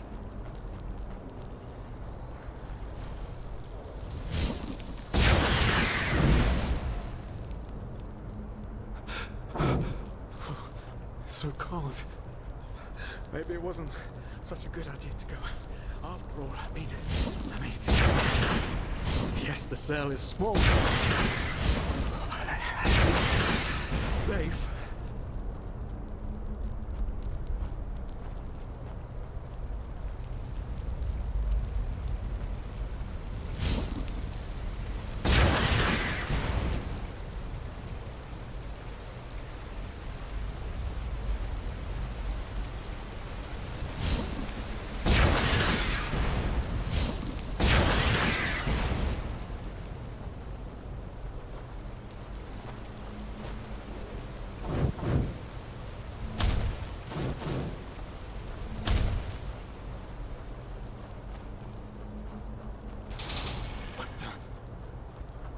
Haven't we been here before?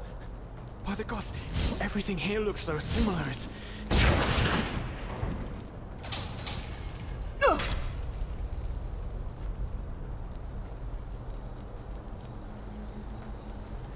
no. No. Do you see it? All the cells. All empty. And there's blood. Oh no. There were people in there just like us. They didn't know their place either, and now they're dead. They've simply died because they dared disobey the Suppressor. By the gods, this is what will happen to us too.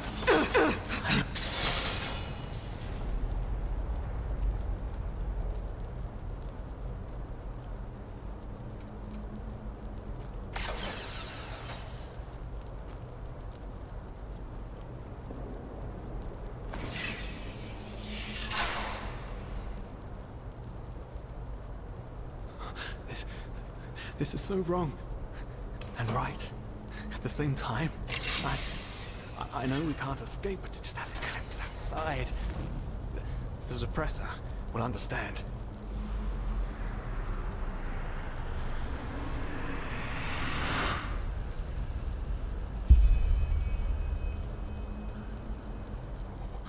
What? Leave me alone! The Suppressor's punishment. It will be horrible. No, you haven't. Because you're blind. The Suppressor is here, in every single stone, in every bone, in every drop of blood, and yet you are too blind to see it.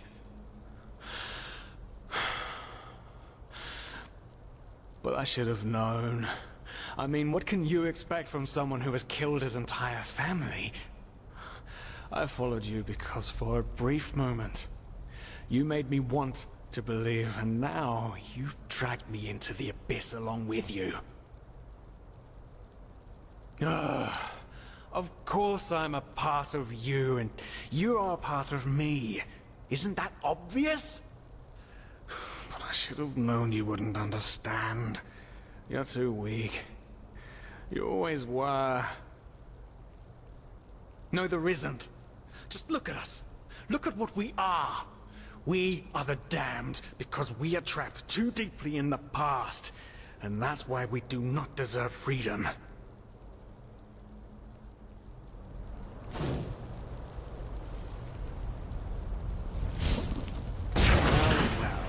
So you figured it out? Yes. I am what keeps you in this place. But was it blind rage that made you act, or have you truly understood who I am? Have you understood what drives you and determines your actions? The salt corrodes your skin, and the water filling your lungs is cold. But you still haven't found it, child, have you?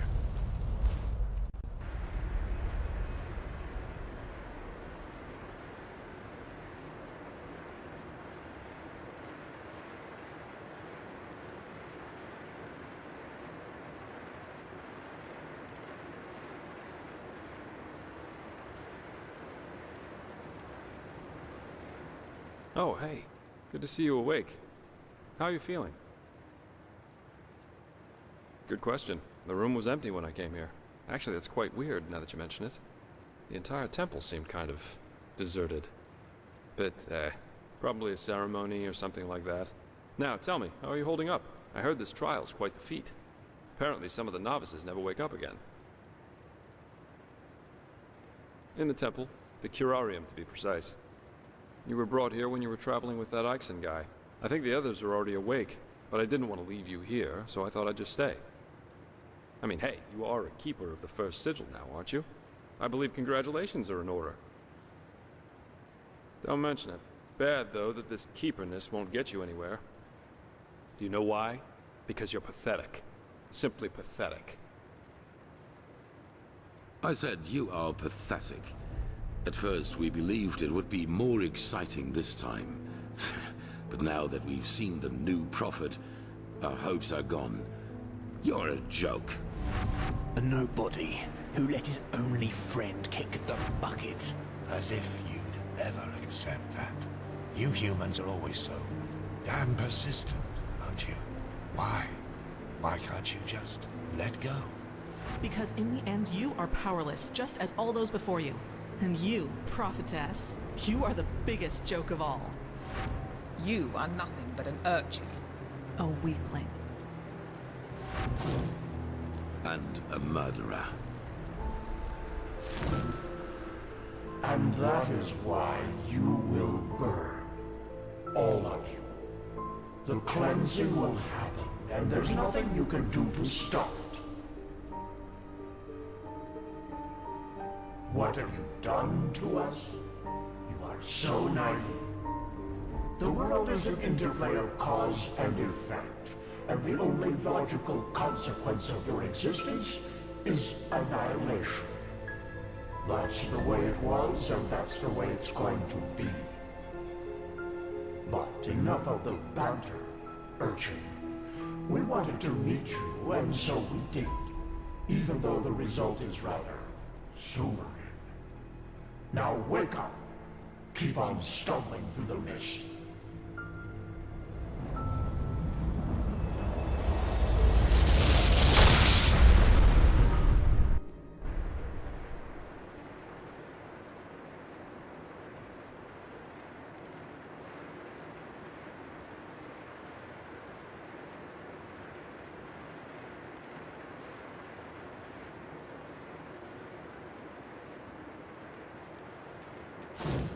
Impressive. Thank Malphus. I was starting to think I was the only one. How are you? You look exhausted. You did. That's probably one of the after effects of the potion, but it will pass, I'm sure of it. But it's good to see the Grandmaster was right after all. I woke up just a few hours earlier, and he was here in the meantime. He didn't doubt for a single second that you would make it. But I suppose mutual congratulations are in order. We made it. We passed the trial. Almost, yes. All that is left to do is to take the oath, and then Grandmaster Aranthiel will exalt us to the keepers of the first sigil. Speaking of whom, he also told me some things while you were asleep. About the Pyreans, about these dreams, and of course, about this cycle. This is so bizarre, really. At first we're told out of nowhere that the gods have died, and now humanity is on the brink of extinction. This is a lot to take in.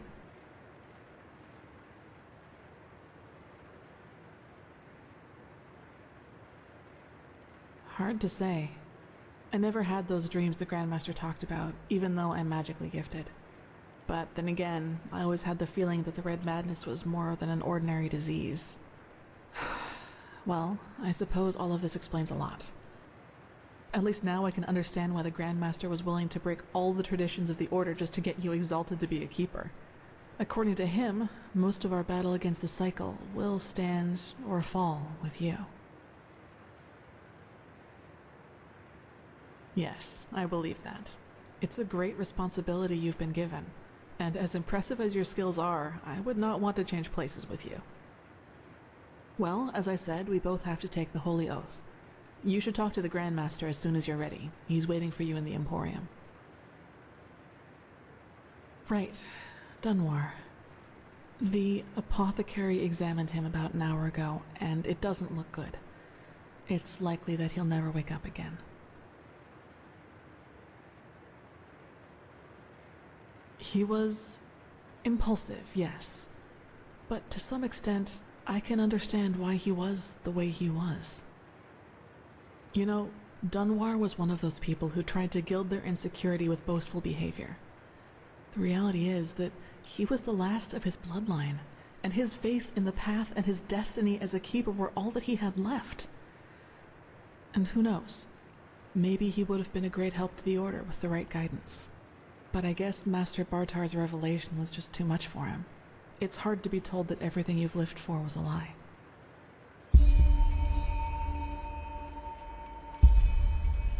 Well, maybe I just don't show it as much. But yes, in a way, you're probably right. I suppose that's mainly due to the fact that to me, as opposed to Dunwar, the Order always stood for an idea. And an idea doesn't die with the one who first thought of it. Funny that the Grandmaster said nearly the same thing during the exaltation. Dunwar would have considered it blasphemy. That's true. A lot of crimes were committed during the Lightborn's reign, and I don't want to minimize that. But I also think a lot of those crimes were unavoidable, so to speak. Imagine you're the king of a small island, and one day your realm gets attacked by a fleet of Scarab Reavers.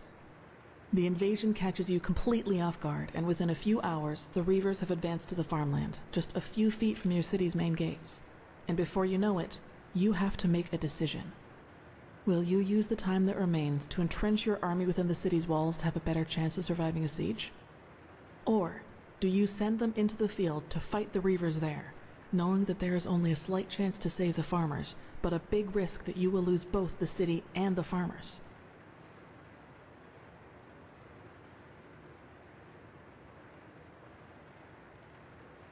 It would, yes. But what if your foray fails, and ends up being the reason why the Scarab can break through the city's fortifications? Wouldn't that too make you responsible for all the townsfolk they would kill once they got in? What I'm trying to say is, it doesn't matter what you do. There will be people who will despise you for your decision. If your attempt to rescue the farmers fails, you will be accused of having acted blindly and idealistically. And if you just stay in the city, they will say you didn't even try. Of course, there's a small chance the foray might work, but should decisions like that really be made as if they were a game of dice? As I said, I don't mean to absolve the Lightborn of their crimes, but I'd wager my left hand that they had a lot of similar decisions to make. I knew the question would come eventually. I suppose the answer depends on whether you're in the mood for some gloomy talk. Sooner or later you'll hear it from someone else anyway, so why not from me first?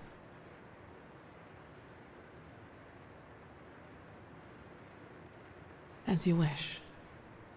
Where should I start?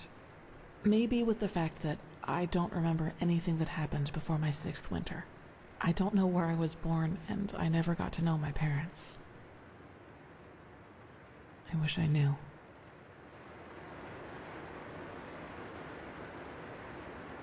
What I do know, though, is that the first memory I have is of waking up in the middle of some village.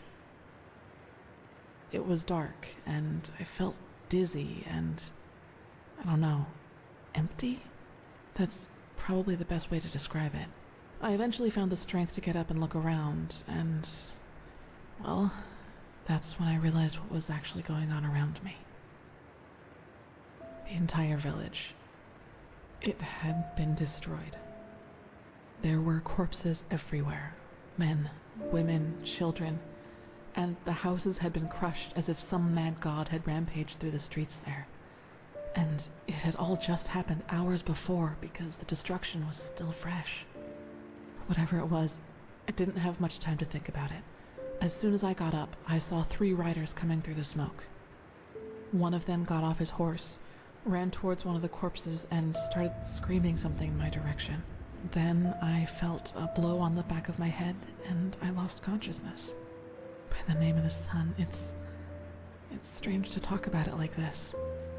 It's been so long, but the memory feels as if it had happened yesterday. Well, it turned out the riders were hunters who had come from that village. They must have observed the whatever it was from the distance and ridden back to the village. At least I think that's how it went. I guess I'll never find out. The reason they thought I was somehow involved is that the village priest found me a couple of days before it happened near a shrine in the wilderness. Apparently, I was wearing torn clothing, and no matter what the apothecary tried, he couldn't wake me up from my comatose sleep. And it seems that made the writers think I was some kind of witch child, or unholy beast, whichever you prefer. For you, maybe. For them, as simple people, it was probably the best explanation they had. And think about it, it's not that far off. A motherless child who neither talks nor breathes steadily is found abandoned on the roadside and has a strange mark on her face. They leave to go hunting, and when they come back, they find their village in ruins with that foundling child being the only survivor. You have to admit, it's not that much of a stretch, even if those men hadn't been superstitious farmers. Probably. Truth be told, I try not to think about it too much. And actually, it doesn't matter, because I somehow managed to get away before they could do anything. I even made it to Ark all by myself, which didn't turn out to be much of an improvement in the end, because I was pathless. Yes. Thinking about it now, I actually wonder how I made it through my time down there. But maybe that's one of the advantages of being a child. You don't think. You just act. Still, the winters down there were cruel, and if Master Tyrus hadn't found and taken care of me, I probably wouldn't have made it through my 2nd year.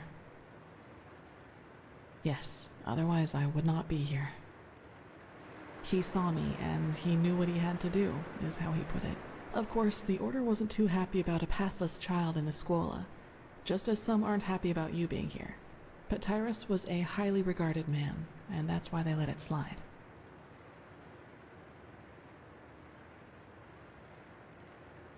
That's right, we do, but we are both still pathless, and that disqualifies us according to the holy verses. I guess now you understand why I was never as connected to Malphas's teaching as Dunwar was.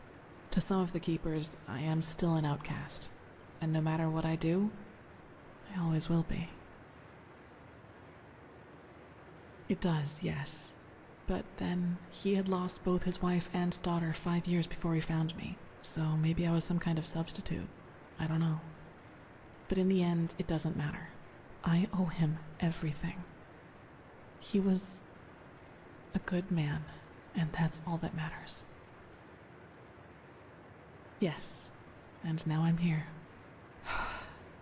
Well, here we've reached the end of my impressive tale. I hope you liked it. No, I guess I'm not. Gone. He was very old, and there was nothing anyone could do about it. But I'd prefer not to talk about it, if you don't mind. He does, yes, and he's not alone in his opinion. One of those hunters recognized me in the market my first year as a novice, and you can imagine that it was easy pickings for those who were already against my presence in the Order. From then on, they added names to the derogatory stares. Demon Child, Witch, whatever they could come up with.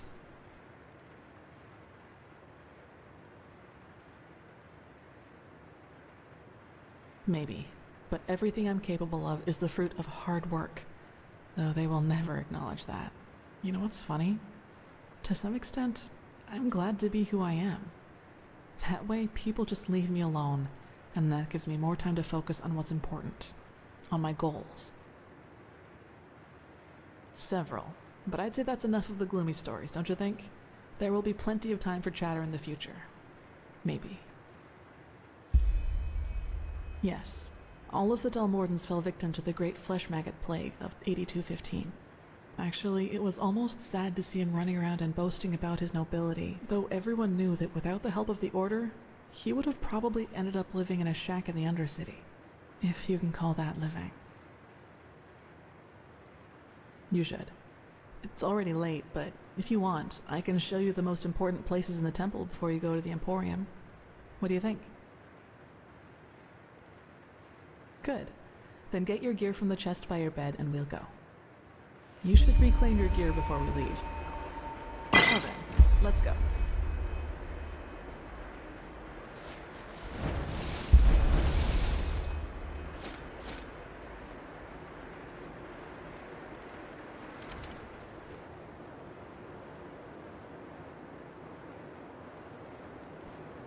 Yes?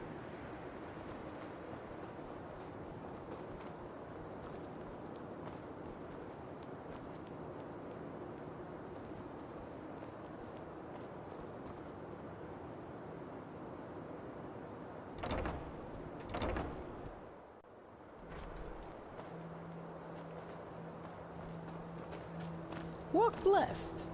All right, this is the sanctum. It's a place of silence and prayer, and also where we'll be exalted later.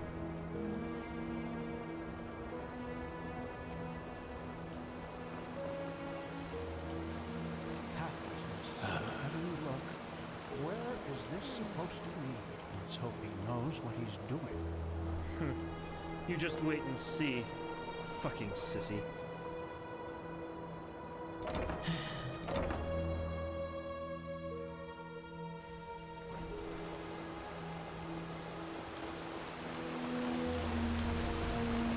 Well met.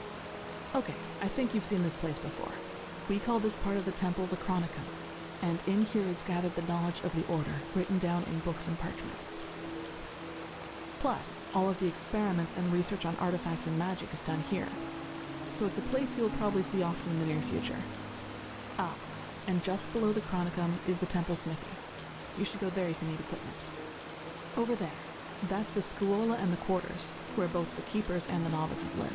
There's also a training room where everything from swordplay to marksmanship can be trained and taught. You will find some skilled teachers there. Well, I think that's about it.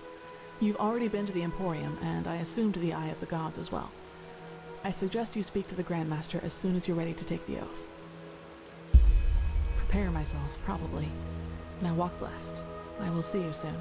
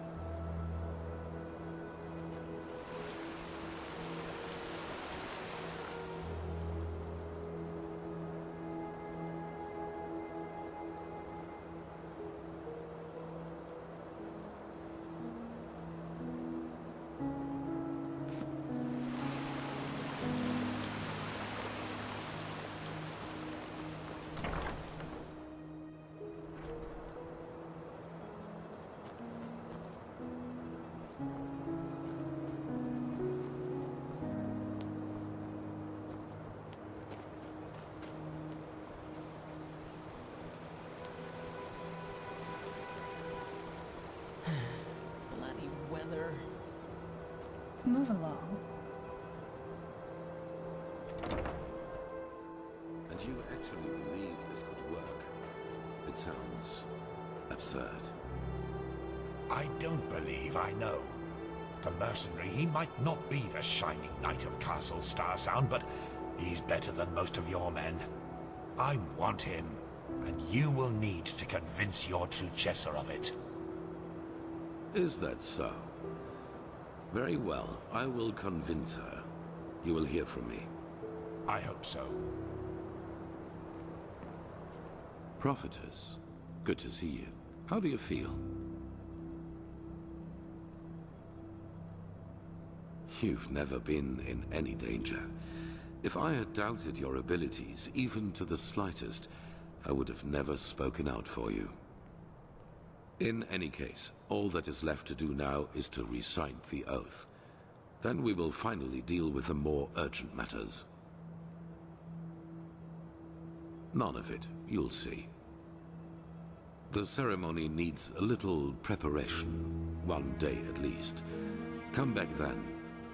Even if it hurts to lose more time, the cleansing approaches, I can feel it. Just this night I had another of the dreams. People I knew, including you. But these people weren't themselves. There was something else, and it spoke through them. They mocked us and said our struggle against the cycle was pointless. It was peculiar. I believe that these beings are connected to the cycle. They must be the ones who cause it. You did? That is interesting. It must be related to our roles as emissaries. Maybe there is a connection between us. None. Maybe they are demons or magical entities of some kind, but they are different from everything I know. In any case, if they are indeed responsible for the cycle, they are our enemies. That's what matters for now. Come back tomorrow for the ceremony. Yes. Why do you ask? They did. What are you getting at? A fair point. But in the future, just be upfront. I do not like such veiled remarks. So, yes, my time in the prison was harsh. The hunger, the degradation, to name the most obvious. The worst, however, was the isolation. Ironically enough, that was the last thing I had expected, you know. From all the suffering there is, it seems so banal. But it isn't. You either find ways to cope with it, or it breaks you. Fortunately, I managed to do the former. For me, it was memories of the time before my incarceration, the prospect of what would come after it. They were my window into the outer world, so to speak. They reminded me that I was more than this deprived creature I had become in those dungeons. Strange. Everything seemed too bright, too unreal. I especially felt that in the cloister with Narazul's mages. I had difficulty talking to other people, and whenever I did, it felt as if the others were like wax figures. Like some cruel joke put in front of my eyes in order to mock me. Better. Our mission, my responsibility here as a leader, it has helped me to find my way back into the real world.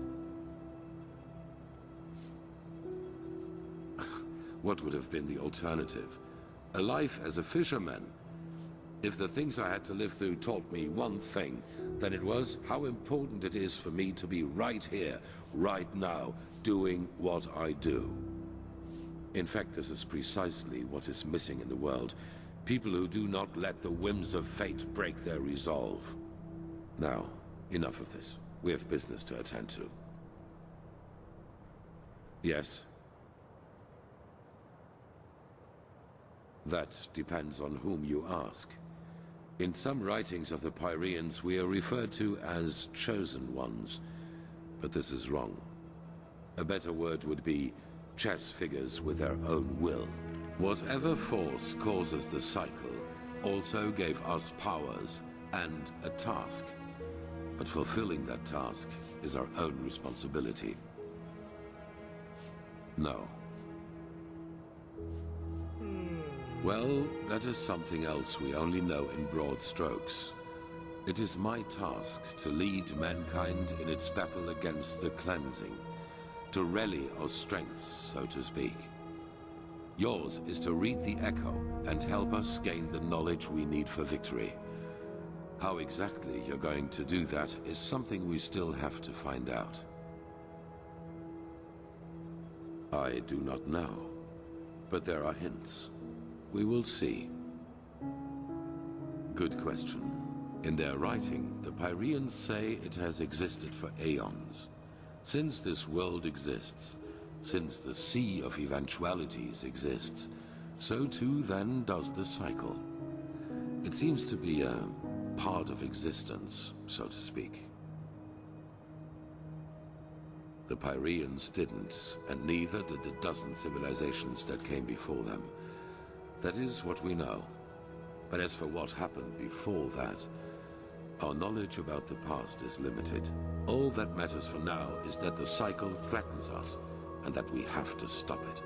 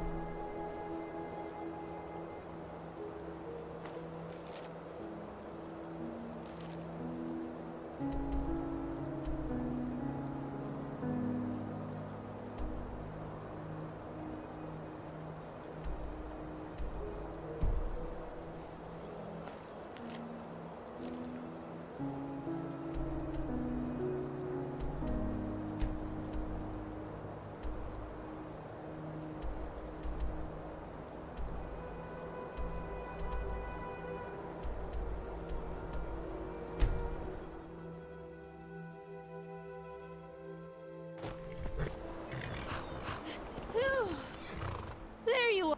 Here. A letter for you. Safe travels. And may his light guide you.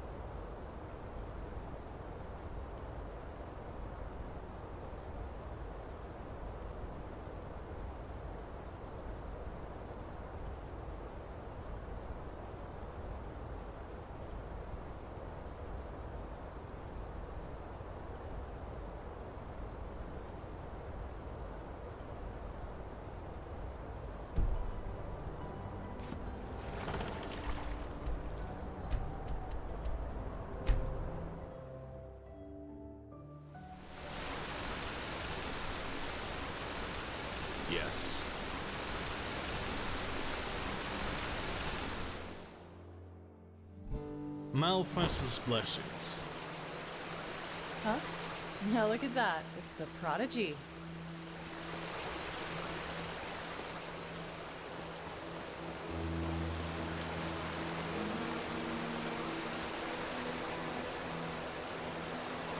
Well met.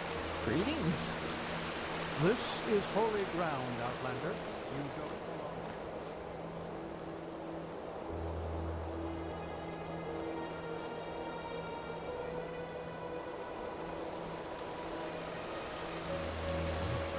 Bloody weather.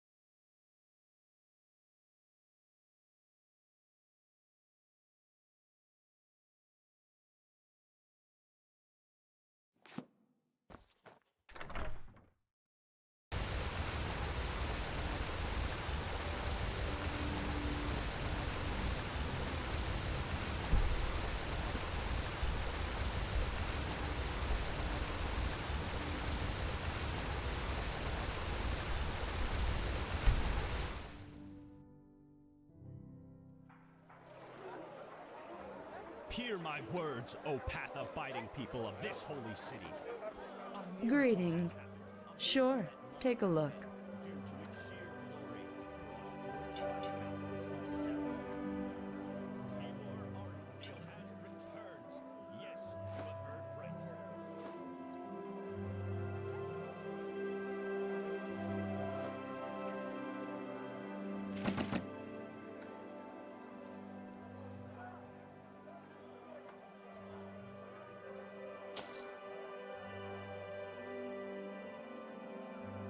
Walk blessed.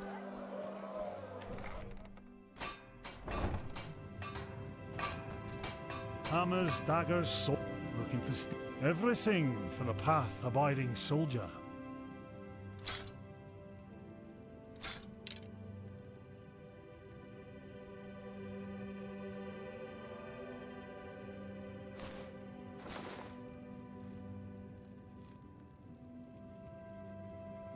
Come again.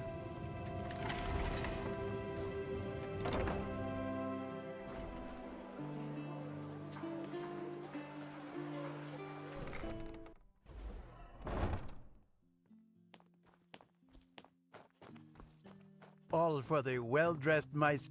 Walk all your heart could ever desire. Take a look.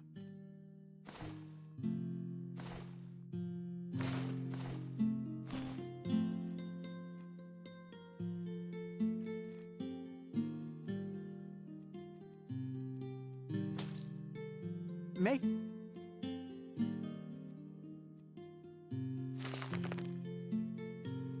light guide you. Come back if you find the time.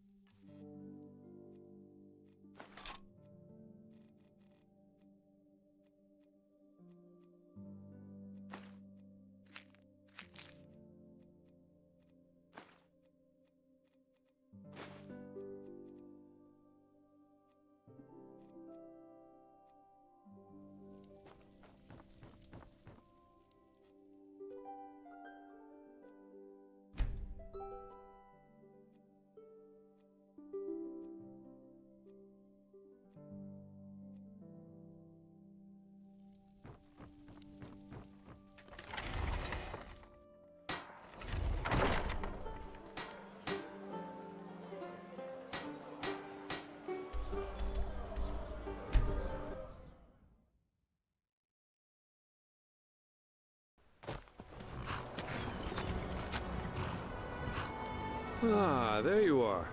Glad you made it. So, how was it? I heard quite some stories about this trial, and was never sure what to make of it.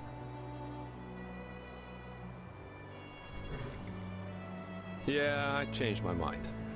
Come, let's go upstairs. It'll be worth it.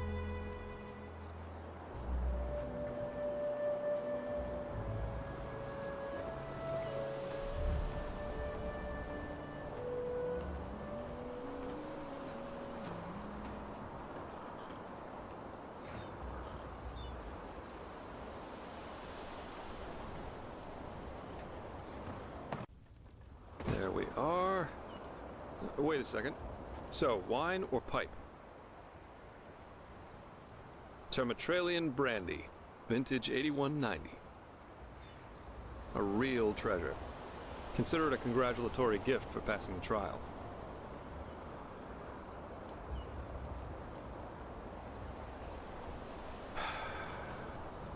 Nothing better than a good pipe and a nice sight to go along with it.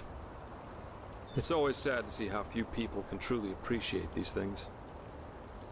Anyway, tell me, fair lady, what is it that drives you? I've been asking that myself since we met.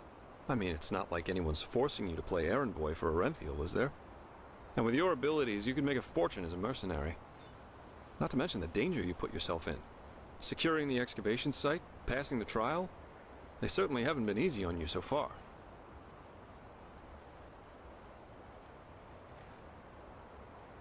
Huh. I figure. In any case, it's interesting to see how you've gotten from being a magically gifted refugee to the center of all this. Kind of reminds me of a woman I used to travel with. Alicia. No matter where she went, she always ended up in the eye of the storm. We got hired for the same job.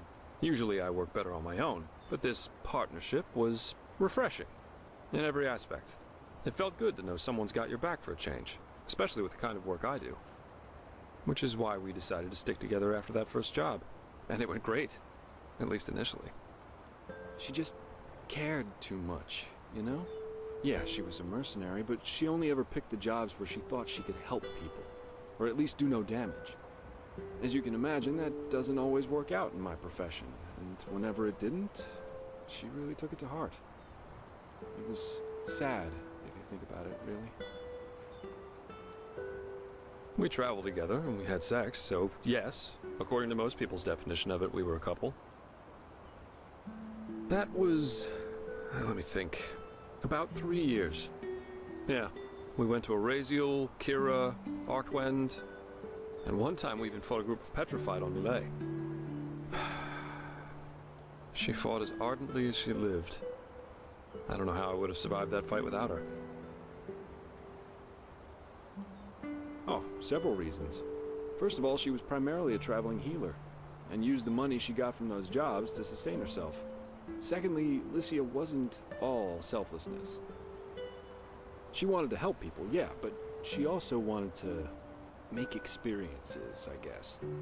Live like an eagle, love like a madman, and dream like a god. A bit cheesy, yeah, but that was her credo. Well, we were simply too different. I guess that's what it comes down to.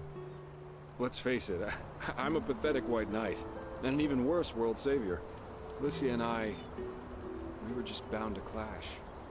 We were lovers, then friends, then lovers again, and so on and so forth. Ultimately, that was just too much for me. Too extreme. Too absorbing. Love as she defined it, yeah. Had it been for her, we would have married after that first night. That's a long story. Not one that puts me in a favorable light. At least if you like most people. Let's save that for another time. Split up. Yeah, that's one way to put it. But anyway, enough about me. What about you? Has there ever been someone in your life? Or have you always been the lone wolf?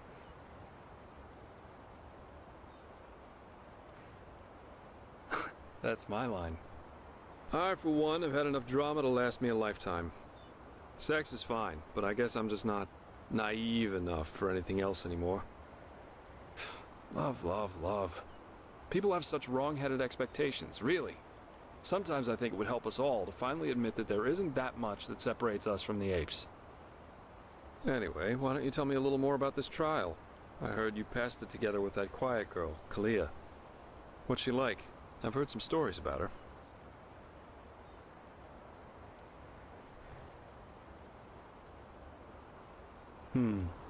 That's just life, I think. There comes a point when you've done all you can. My. We've certainly lost track of time, haven't we? I really need to hit the hay for a couple hours now. I'll have to go look for some new work tomorrow. And I've heard about a nobleman who's looking for a sellsword. That is, if Arenthiel or old Bushybeard doesn't have a new job for me by then. Say what you want about them. Their pay is beyond generous. I'll see you around, fair lady.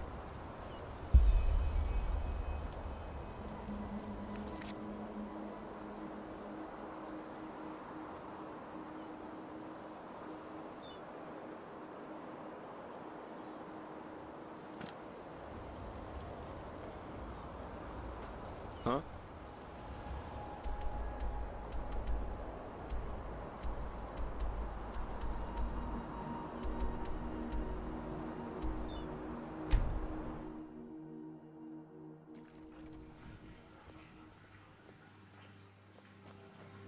Be careful, my dame.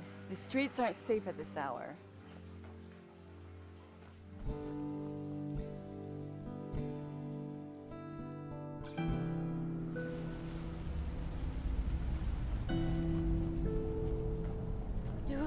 Do you hear it? Do you hear him talk?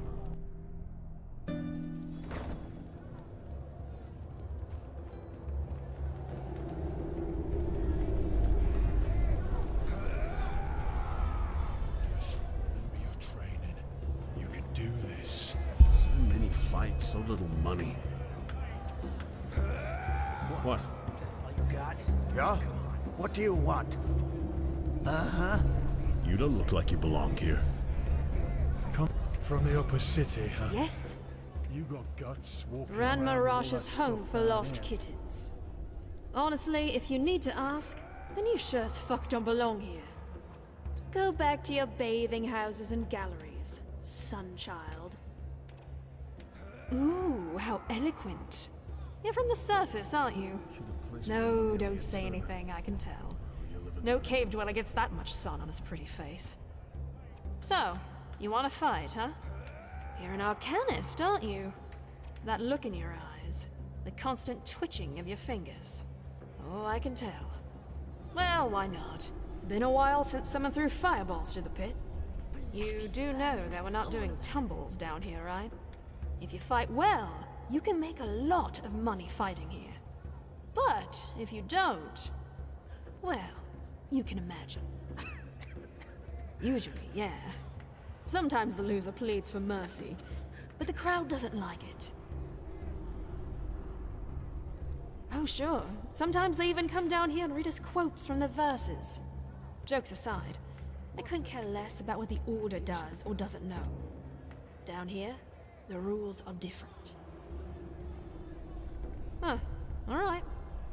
First of all, you'll need to sign this, though. If you can read and write, sign with your name. If not, with a cross. Thank you. Then we can start right away. And, one more thing. I always found this a bit silly, but the crowd always wants a name they can shout to the ring when you're bashing someone's head in. You know, the fighter, the butcher, stuff like that. So, what do you want? Prophetess? Huh. Well, let's hope you're as good at fighting as you are at prophesizing. Fair enough. If you want, you can dive right into the ring. There'll be a pack fight in a couple of hours. Eager, aren't you? Good. Just go down to the training dummies. I'll call you when we begin.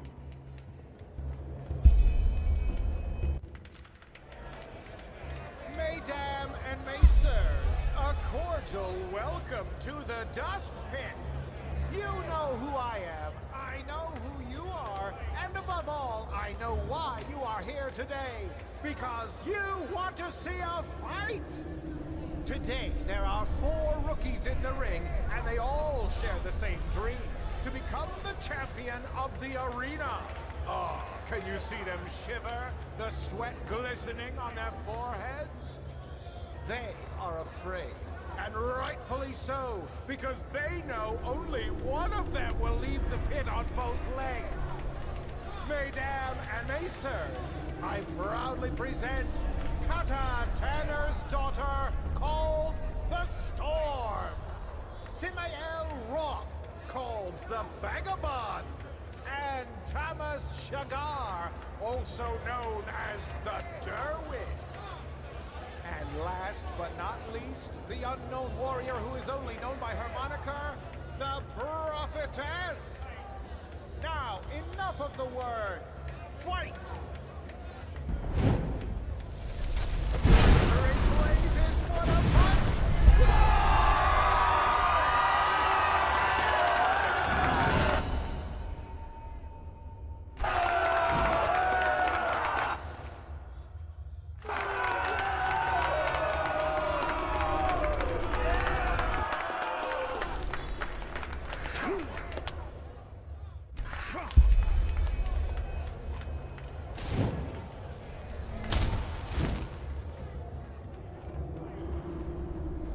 You know the rules, Rasha. If we don't get the money until tomorrow, there will be consequences. So hand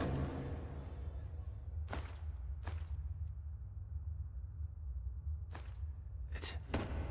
But... fine. I'll see what I can do. Good girl. Perlata Sheva. Well fought. Keep walking.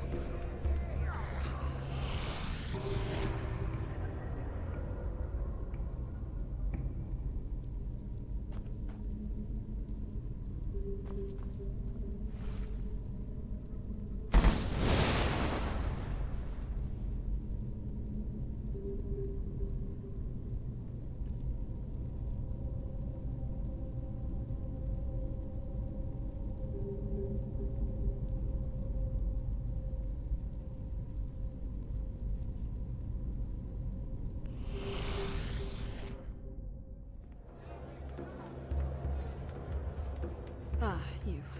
Well fought, really. Here's your share. Pardon my language, but none of your fucking business. Well, aren't you a piece of work? Still got blood and dust on your skin and already begging for the next battle. Come by in a couple of days and ask again, will you? I got things to take care of.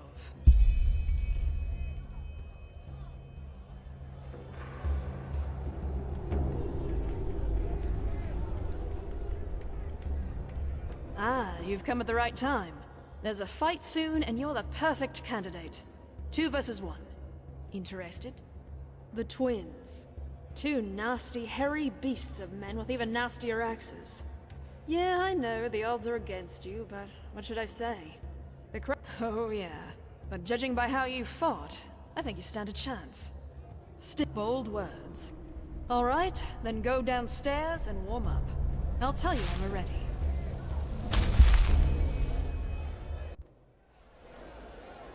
Mesdames and messieurs, a cordial welcome to the Dust Pit.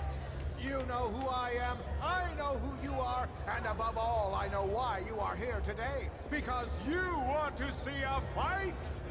Today, 2 familiar faces will fight a rookie, who you've already grown to love. The twins, against the mysterious warrior only known as... the Prophetess! It is a battle to the death, a battle about gold and blood. Now enough of the words. Time to give you what you've all been waiting for. Warriors, fight!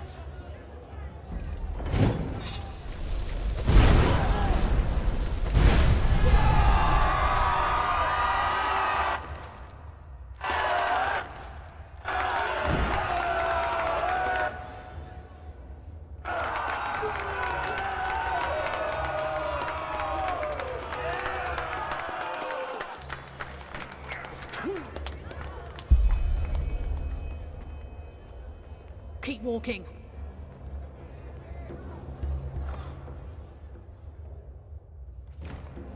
What do you want? Ah, sure. Sorry.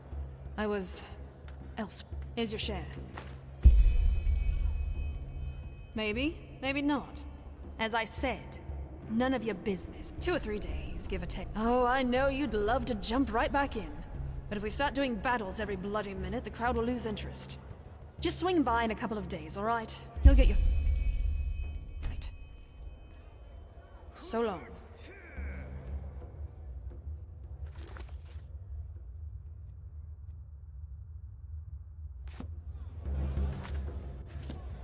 Yes?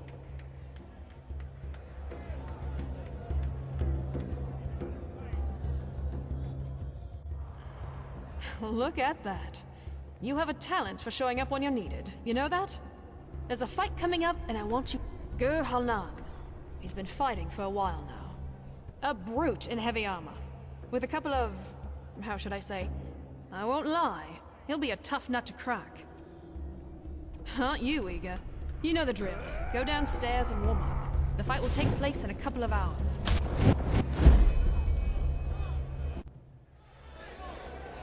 Mesdames and messieurs, a cordial welcome to the Dust Pit.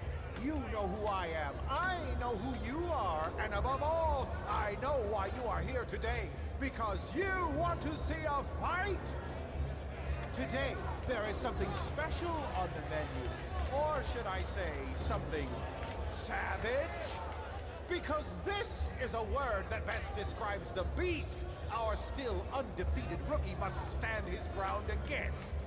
Mesdames and messieurs, I present Gur-Halnan, the Berserker of the Steppes, versus the Prophetess. Shed some blood, warriors!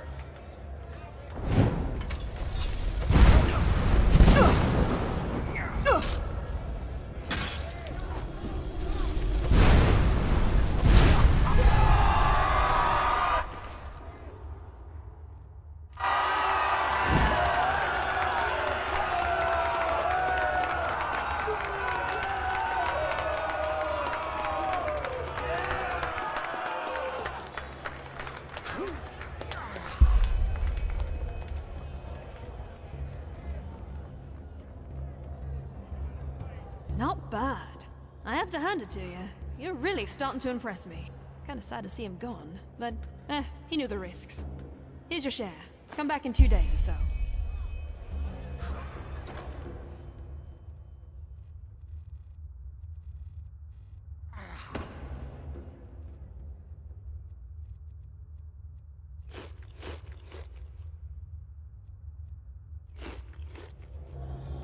What do you want?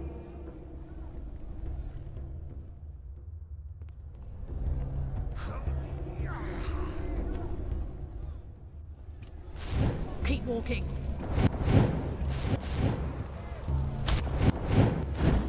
What do you want? Ah, aye, we are. The Ringmaster plans to pair you with Raga Shadowclaw. No, but you will soon. She's an alchemist. Small tip from my side. Don't let her tender appear. Aren't you eager? You know the drill. Go downstairs and warm up. The fight will take place in a couple of hours. This is the 4th battle of the mysterious newcomer called the Prophetess. But will it also be the last? Because this time, we picked a special treat for her to feast on. Mesdames and messieurs, you came for blood, and you shall have it. Some folks just never were.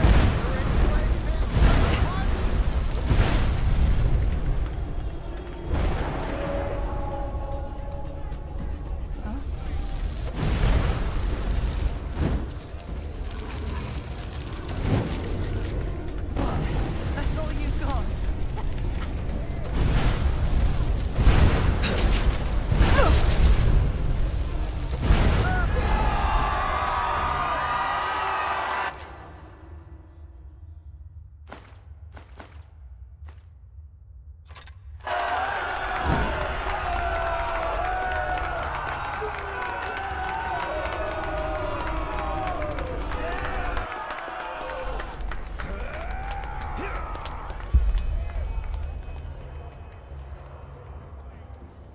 Keep walking.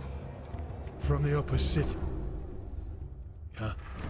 Look You who's got back. guts walking Not around with all bad, that not stuff bad. down here. I was expecting you to pee your pants after she did that little trick of hers. Sure you don't want to start working as a mercenary? You could make more money that way. Either way, I had hoped you'd ask that. Aye, I do. And this time, you're in for a real challenge. No. If you're man enough, you'll fight the beast tonight. Aye, the pride of the pit. And the good thing about it, even if you hack it to shreds, all we need to do is give it some elixir and have our necromancer stick it back together. And I won't lie though, it'll be hard this time. And chances are you won't make it out alive. If you do make it though, it'll be worth something like that, aye. But let's not dwell on the details, shall we? Thought so. Well then. Fight so little money. But can the Prophetess also oppose the beast that's been soaking this soil in blood for decades? We shall see. Unleash the beast!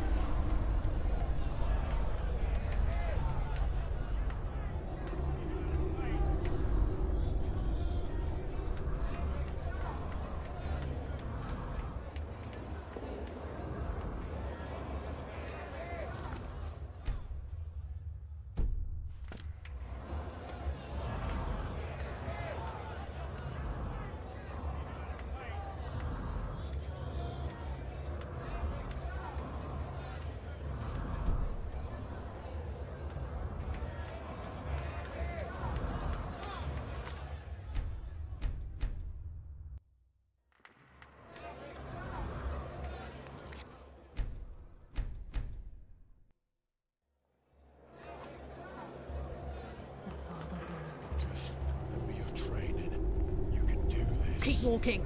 Look who's back. Sure you don't want to start working? I had hoped you'd ask that. No. If you're I won't lie, though. It'll be hard this time. All right, I'll wait. But don't take too long. Yes? Thought so. Well then. But can the prophetess also oppose the beast that's been soaking this soil in blood for decades? We shall see. Unleash the beast!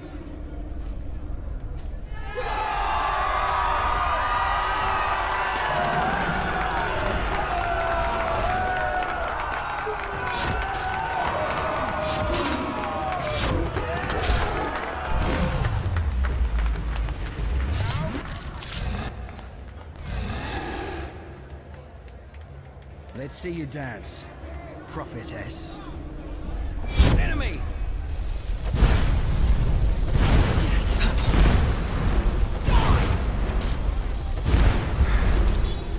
Good. That's enough. Let's talk.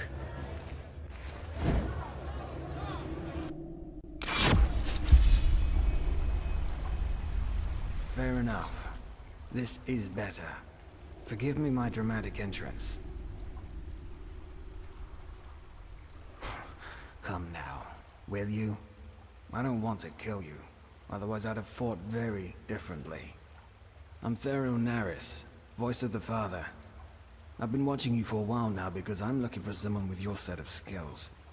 And, our little encounter down in the pit erased the last doubts I had about you. That accent. You're an outlander, aren't you? Shit. Does that mean I have to explain who the Relator is to you? You've got guts, I'll give you that. The Relator is more than a bunch of criminals, though. But we'll get there. Regarding your original question, the Voices are the military arm of the Relator. I'm sure you've seen some of us before. We come into play when a matter needs a strong hand to resolve itself. Indeed. Let me get straight to the point. I want to hire you for a mission. Well, you look like someone willing to slaughter other people in front of a gawking crowd for a handful of coins. At least that's what you did down there. But don't get me wrong, I don't judge. The pit fighters know what they're getting themselves into. But after what I saw you do down there, I concluded that you're willing to do a lot of things if the pay is right. Or am I wrong?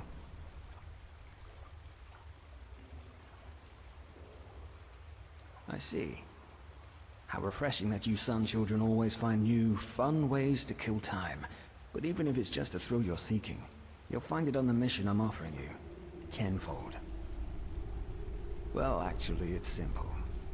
I want your help in killing someone.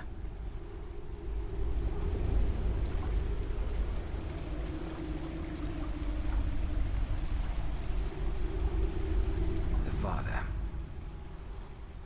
Their leader, not mine. When I was 6 years old, the Relator abducted me and a dozen other children. That is, they bought us. Shagun, the old cunt who owned our orphanage, she sold us like cattle. Us, and over the years, at least a dozen more.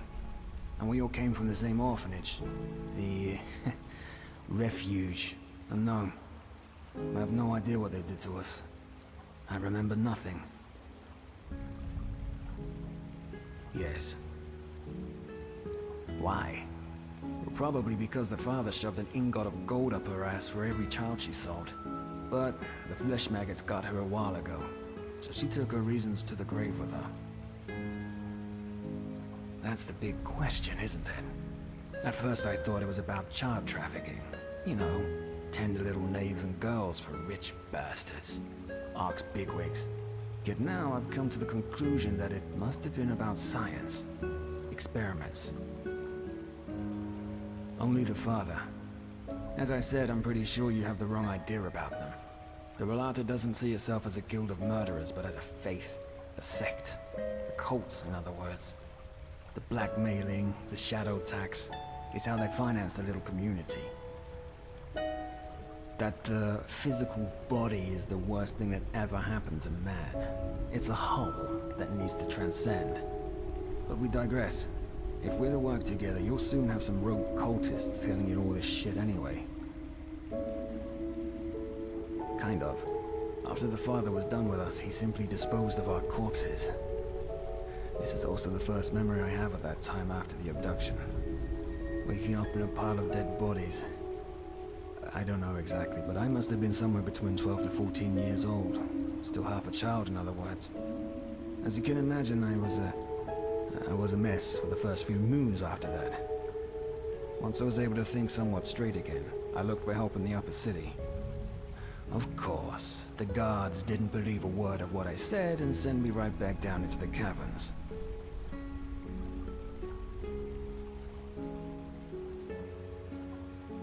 Many things are horrible. Still they happen. Correct. Let's put it this way. I came to realize that no matter how much I cursed and cried, nobody would come to my help. So I decided to take matters into my own hands. I told myself how to survive, and how to fight. And years later, I entered the dust pit for the first time. One of the voices saw how well I could fight, and offered me to study the Relars. Their codex, their holy scripture, written by the father himself. I shaved my head and became a scion, the lowest rank. The father doesn't bother with most Relame, especially not with the scions. Also, when they discarded me, I was still a child. Now, I'm a man. 8 years ago. Revenge. Yes. I want this monster to pay for what he did to me and the others. And I want to make sure that it will never hurt anyone again. Ever. One of the core beliefs of the Relata concerns the Day of Transcendence. It's the day when every Relame who's ever proven him or herself worthy leaves their body to continue existing as an immortal, immaterial being. And they also believe that this day is imminent, since the father found a way to achieve transcendence for himself and for his lambs. In the weeks to come, they will set out an expedition to the Frostcliff Mountains. Since this expedition will be an extremely dangerous undertaking, he will bring along almost a dozen of the best mercenaries available. You will be one of them, and together, we will kill the father.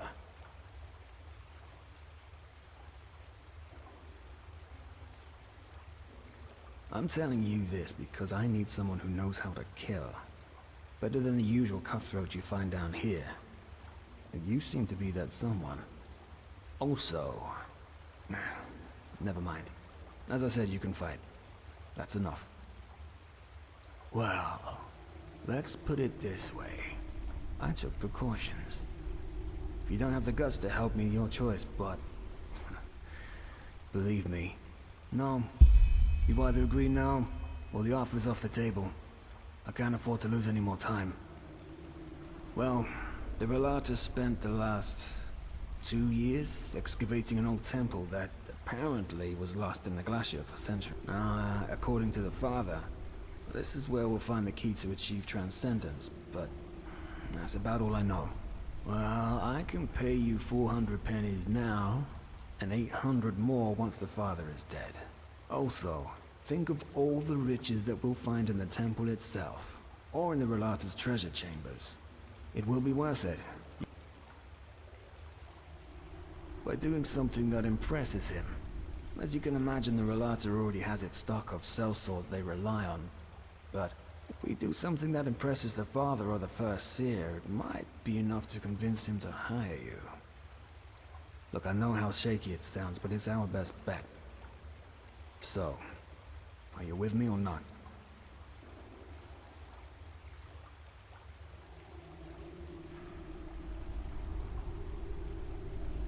Good. Meet me at the Wailing Tree, 2 hours from now. Here. This will help you get back to the Undercity in case you need to return to the surface before our meeting. Stay safe.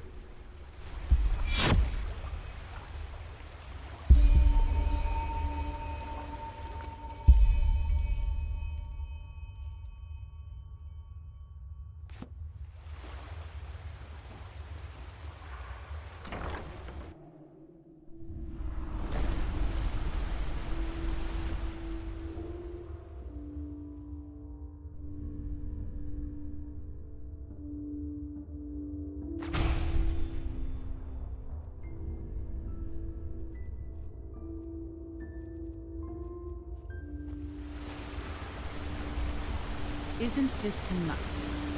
A sun child graces us with its presence.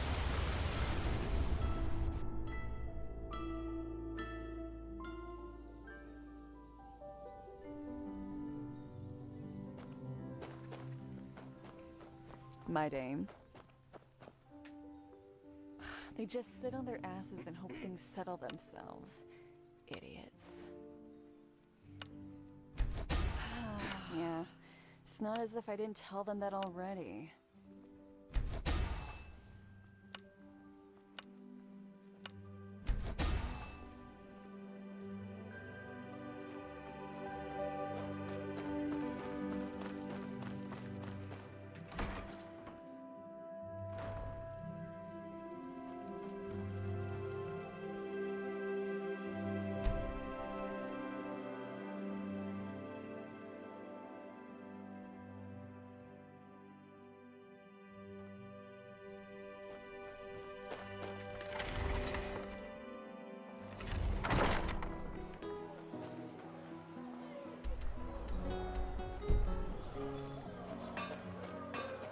Uh-huh.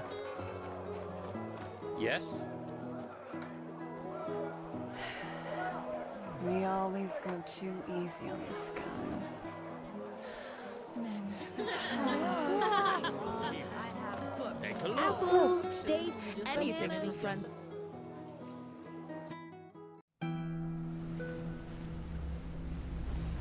An obulus, my dame.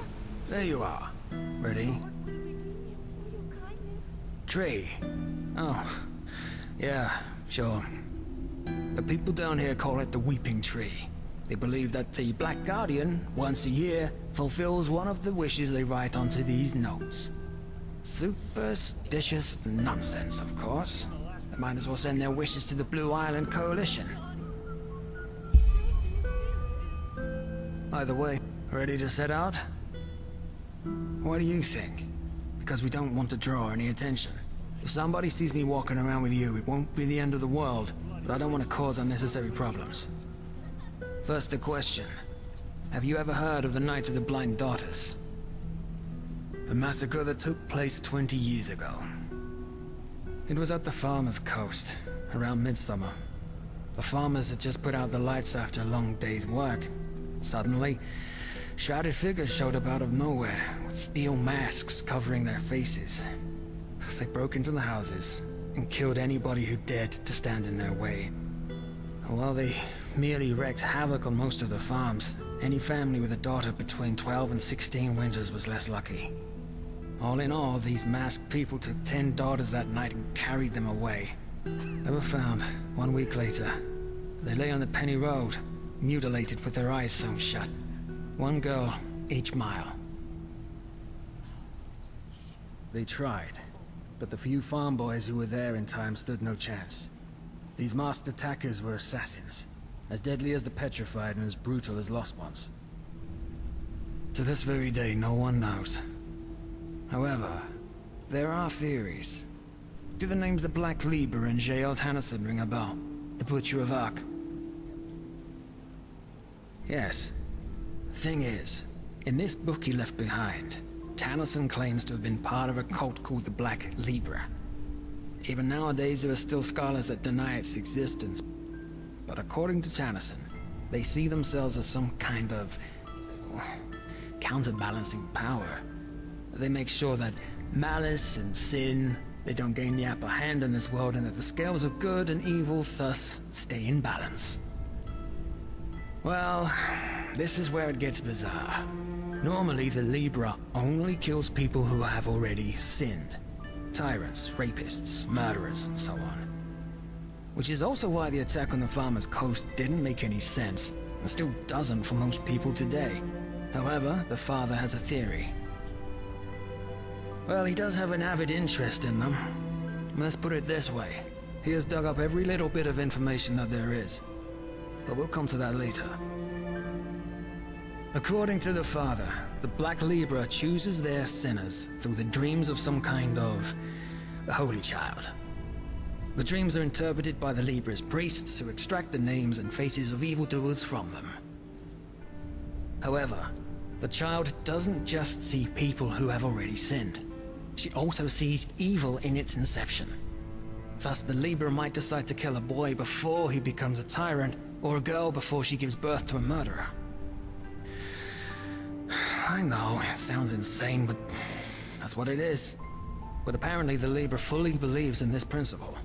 The child is omniscient.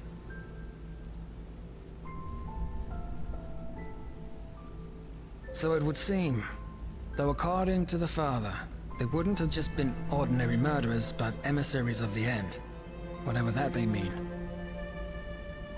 Yes. Simple. The father believes that the Black Libra knows the secret to transcendence. This is why he's been studying Tennyson's books like a madman. Especially one in particular, in which he describes the initiation ritual he underwent to become one of their assassins.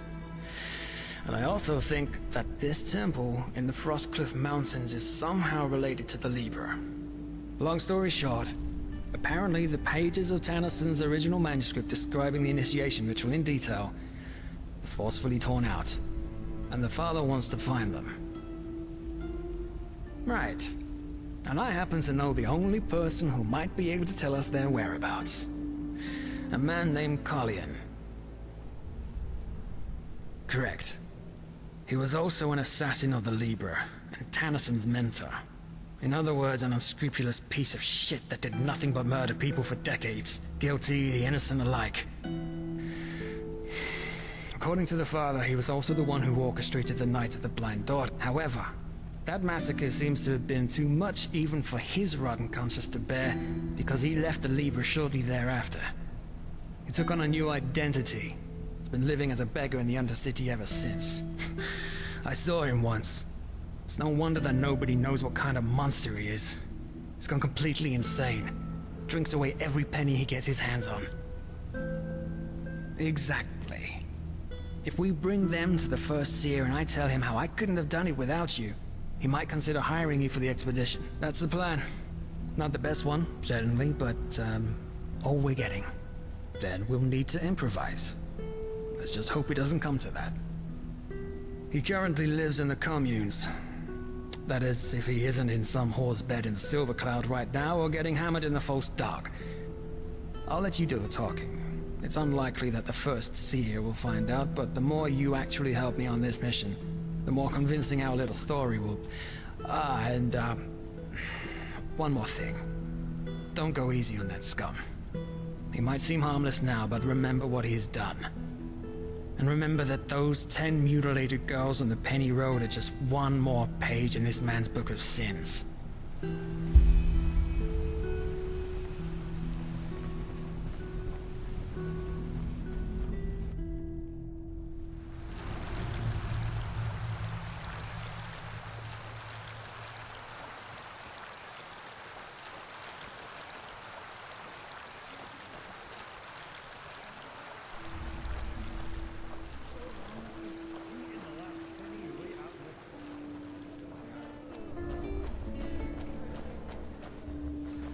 Some people just don't know their path.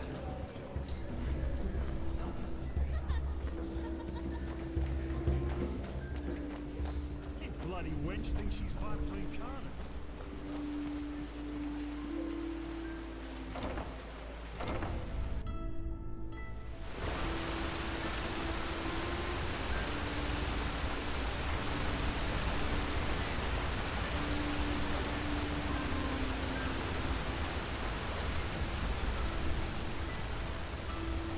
Madame.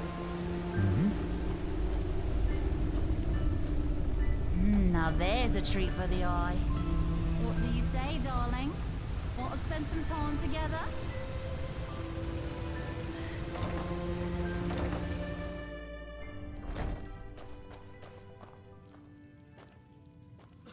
Well, look at that. Our friend has a visitor. Get out of here. What? I said, get out of here. We need 10 minutes. Afterwards, you can fuck as many men as you want. Of course, my lord. At once.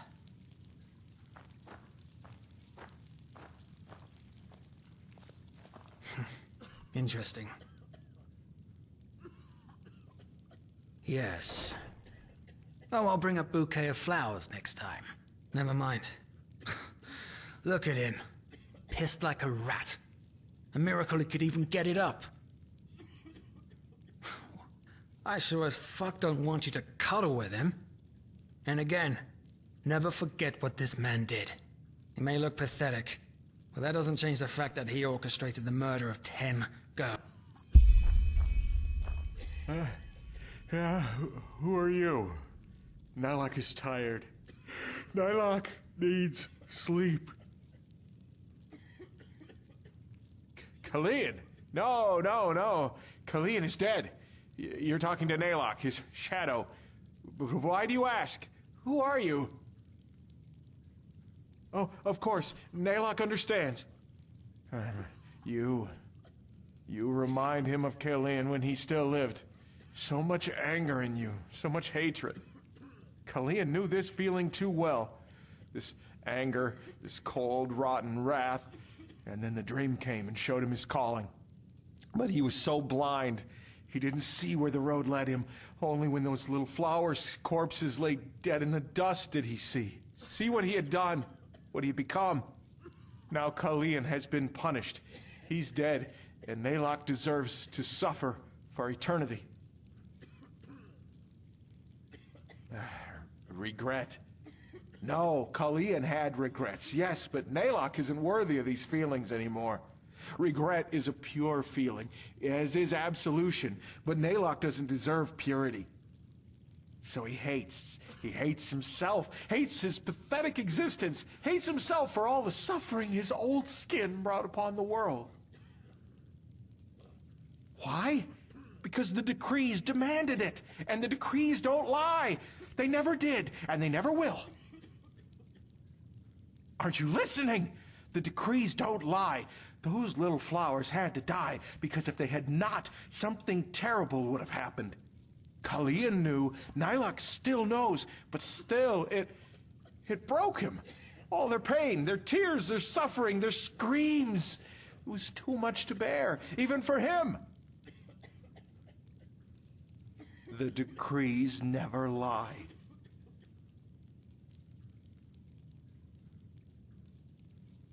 Why? Because the decrees never... How much? He doesn't remember. He always drinks when he has the coin for it. He sniffs, and sometimes when they're the deeds of a coward, and he knows it. But the brandy, the dust, and Anna, they help him forget. Help Pages. Nylock doesn't know what you mean. Now please, go. Nylock is tired and needs to sleep. All right. Let me rephrase my friend's words. You stop playing confused oracle and fucking tell us what we want to know now. And then maybe, just maybe, we'll let you live. Are we clear? But Nylock just... Are we clear? Yes, sir. Nylock understands. Please forgive him. So, the pages. Yes, of course, the pages. Nylock remembers. Kalian tore them from Tannerson's book before the world could see them. How long? Years? Decades? He doesn't know. Kalian had a sense of time. Yes, of course. But tell me, what do you want with them? You won't be able to read them. Because they're written in the language of the Libra. Even Kalian couldn't read a single word of them. Isn't it obvious? Because something else guided Tannerson's hand when he wrote them. Nylock doesn't have a choice, does he? All right, he will do as you demand. The pages, he buried them together with his old skin. He can show you the pages, but tell him, my dam, if he shows you the pages, could you... Well, Nylock is hungry, Nylock is thirsty, and he has no more coin. But... Good. Nylock understands. And maybe you're right. Come, Follow. So, the pages. Yes, of course, the pages. Naylock remembers. Kalian tore them from Tannerson's book before the world could see them.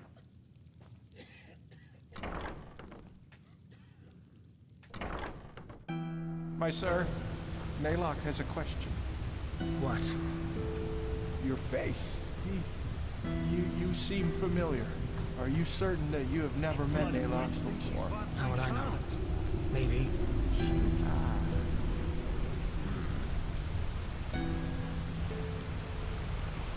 Now there's a treat for the eye. What do you say, darling? Want to spend some time together? This is the way to the tar pit. Are you sure that's where we're supposed to be going? I warn you, if this is a trap... It's not, my sir. Naylock is vermin, but he knows when he has to obey. You can trust him. I won't. Fine. Look at that. Another snob from the surface.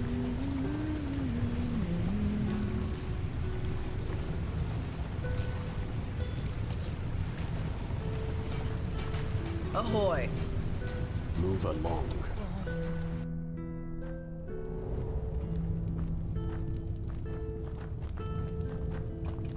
Hold it right there, old man. Where do you think you're going? You're a little too old for digging. He belongs to us. We're acting under the Father's orders. Brother Wrath, from ashes to blood, from blood to liberation. I didn't recognize you. Forgive me. From ashes to blood, from blood to liberation. Let us throw. Of course. Father's blessings. Father's blessings. Keep going, scum. Yes, of course.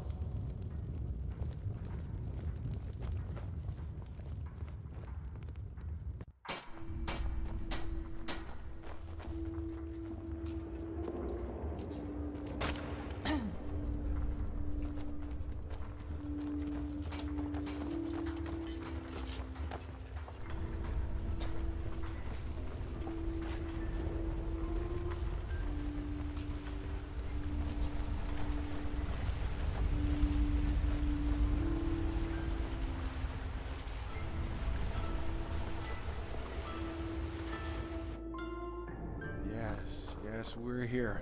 This is where he buried the pages. The deserted tunnels. We should be wary. There are a lot of lowlifes down here. Where did she head? Look out!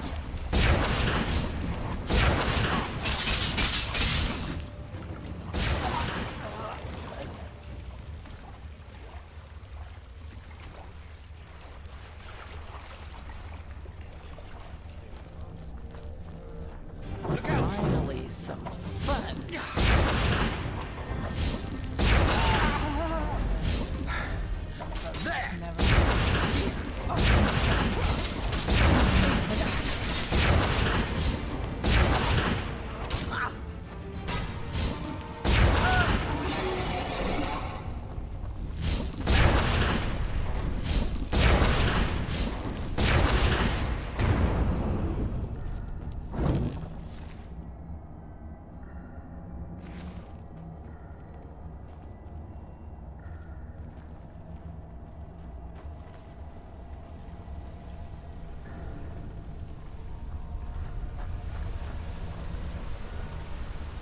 There. Back there. That's where he buried his old skin. Please, my sir. You need to just take these last few steps alone. Naylock can't. He just can't. Is this a trap? What? No, of course not. It's just... Naylock can't. Don't you understand? To see him after all this time? No. Kill Naylock if you don't believe him, but he will stay. Fine. You go on ahead. Look for the skeleton. You need to dig. Don't shout. Enemy!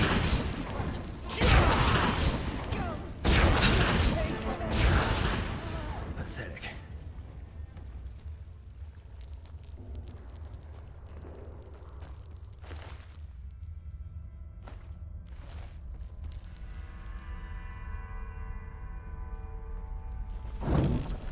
skeleton. I'm not seeing anything. Let's look around.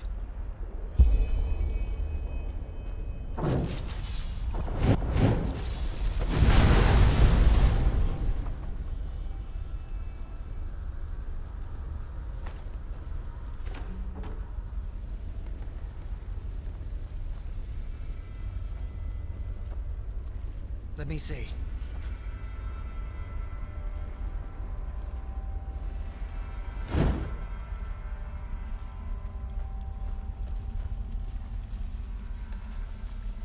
Yeah. Well, that looks promising. Then I guess we need to dig. Come help me. Here we go. This must be it. Pretty big. What the blazes did he put in there? What's that smell?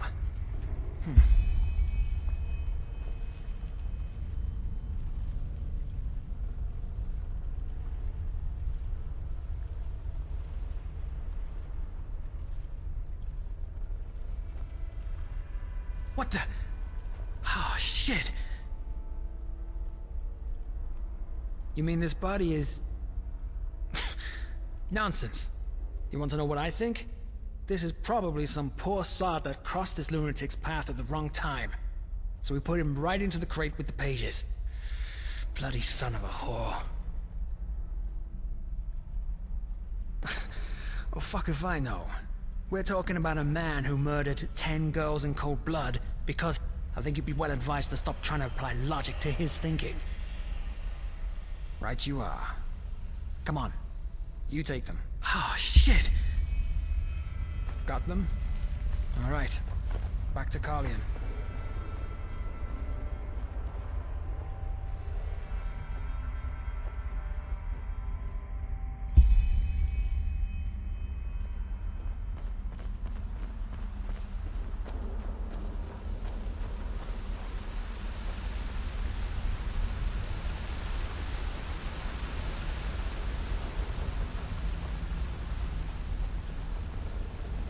Get up, scum. My sir. You found what you were looking for, didn't you? He can tell by your eyes. We found the pages and something else. Whose corpse is in that chest? What? But he told you, didn't he? It's Carlion. Naylock buried him. Yes. He said it before, didn't he? Carlion couldn't continue to live in this shell after what he did, so he shed it and gave birth to Naylock. And Naylock buried him, together with the memories. You don't believe him. You think Naylock is lying. But it's the truth. The simple truth. You two, more than anyone else, should understand. Sure. Either way, we have what we wanted.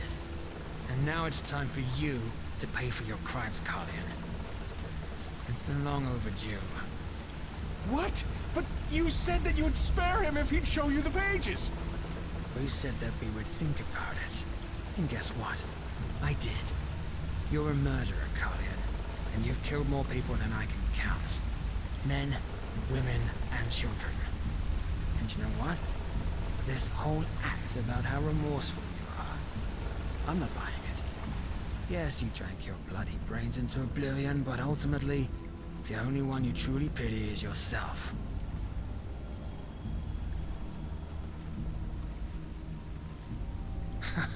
What? And to you, that's all that matters? If we let him live, even as a stinking beggar, we spit on the graves of those 10 girls. This is about justice. I thought you'd be bright enough to understand that. Shut up. It's not. But fine. As you wish. You heard it, scum. Today's your lucky day. You... Letho. What? Naylock remembers. By the name of the sun, you were in the refuge orphanage, you and your friend, Letho. What do you know about the refuge? Back then, before the flesh maggot plague, when Naylock was still strong, the Kyranian woman who ran the orphanage gave him work. Don't you remember? He carried crates, he cleaned the floor, he cooked. was you? Uncle Nalak? Yes, that's what you called him, Uncle Naylock. By the Guardians, it's been so long, but he remembers it all now. You and your friend, you were inseparable. Until... You're right. I do remember. What?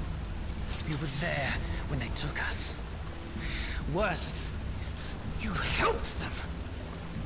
What did she pay you, that old cunt? Huh? Carrying crates? Selling children to the Rolada? All the same, isn't it? No, what? Naylock doesn't understand. He only...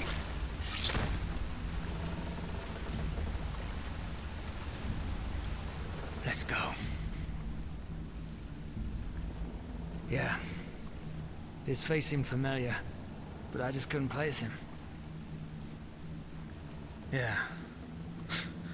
We called him Uncle Nalak.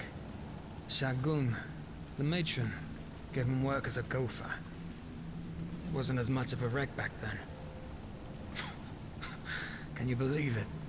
A former serial killer working in an orphanage. Apparently the old cunt liked to surround herself with people as rotten as she was. I know it. He'd been there the night it happened. One of us, Wilma, she refused to go. She screamed and kicked. But Nalak held her while one of the father's voices gave her a sleeping potion. That fucking piece of shit. It doesn't matter. Well, as I said, we're done here. Next we need to bring the pages to the first seer, which will, hopefully, encourage him to consider you as a mercenary for the expedition. But we'll see. Before we do that, though, we need to discuss a couple of things. We cannot afford a single mistake if we want this to work. Meet me in my hideout tomorrow morning, alright? There's a small abandoned warehouse in the main cabin, right before the path up to the city. There's an old poster of the theater right next to the door. That's how you recognize it. The dark corners of our minds. Because the risk's a lot higher that somebody will see us. Until then.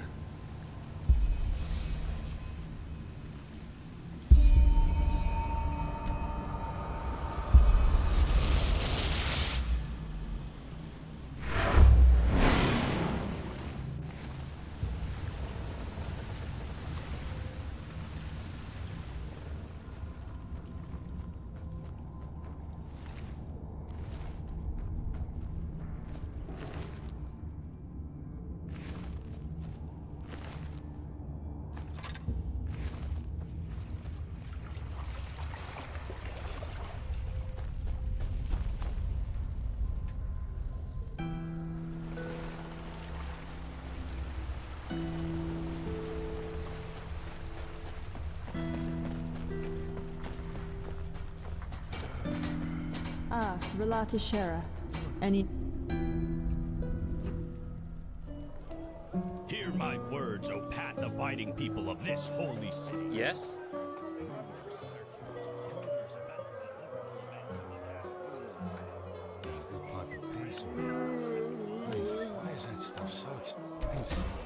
If it's clam and fish you seek, Hungry for arcane secrets? good luck. Hammers, dagger, looking for everything for the path-abiding soldier.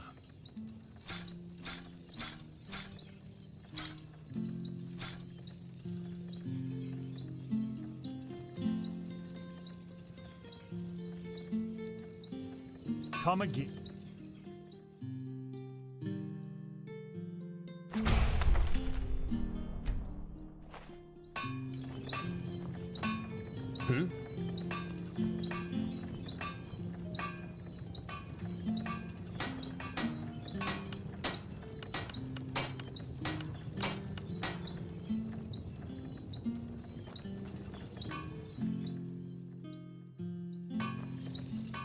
Everything for the path-abiding soldier.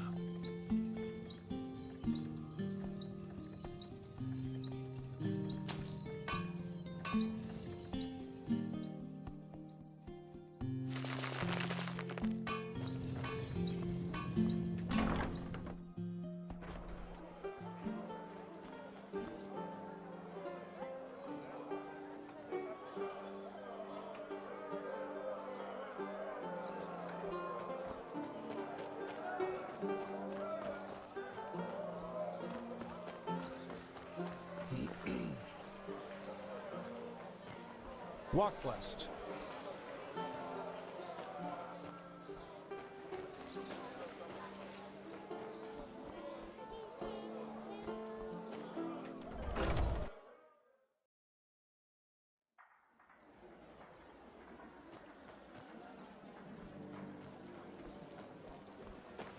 Yes?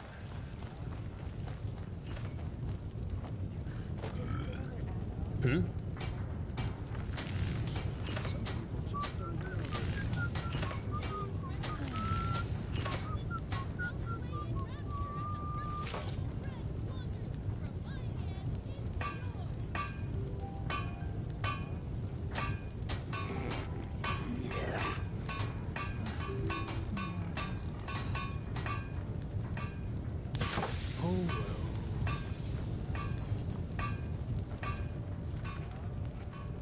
Move.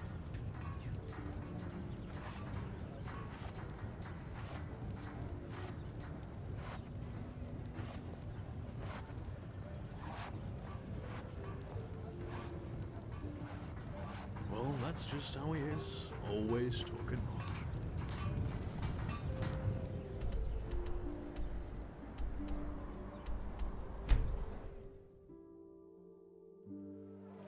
Hear my words, O path-abiding people of this holy city.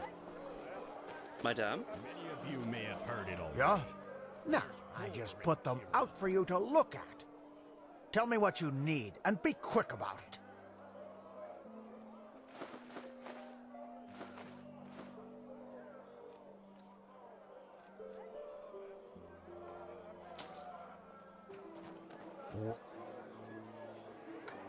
Bless you. Who are you?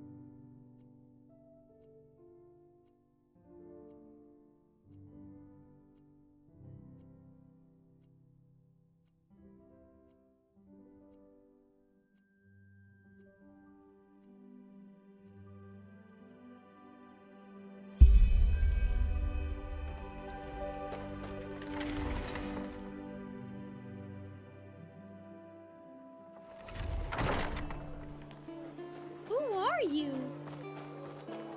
Hear my words, O path of Ahoy.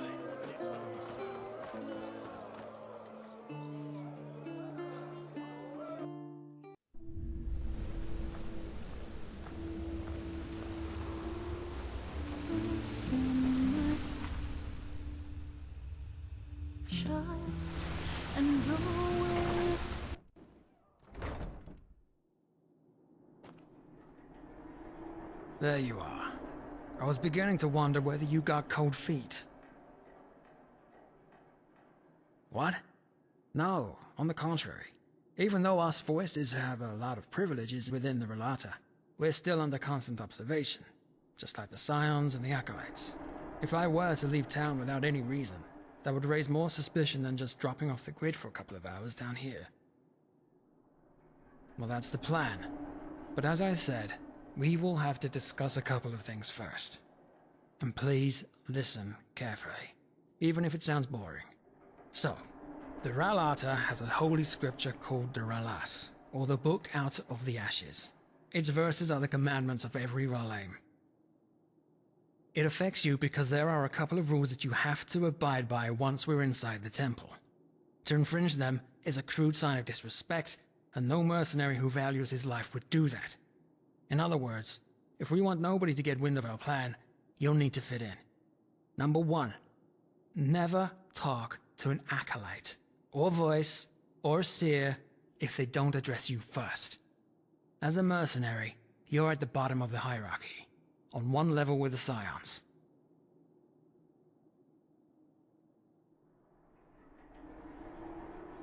By their garments, Scions wear plain robes and sometimes hoods.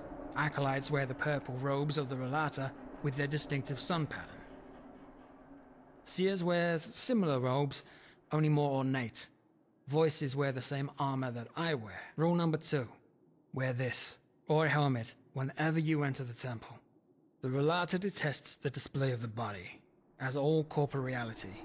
Nobody will attack you if you enter the temple unveiled, but it will make people suspicious. And finally, rule number 3, do not openly talk about the Father. It's considered blasphemy. You most likely won't see him before the expedition anyways.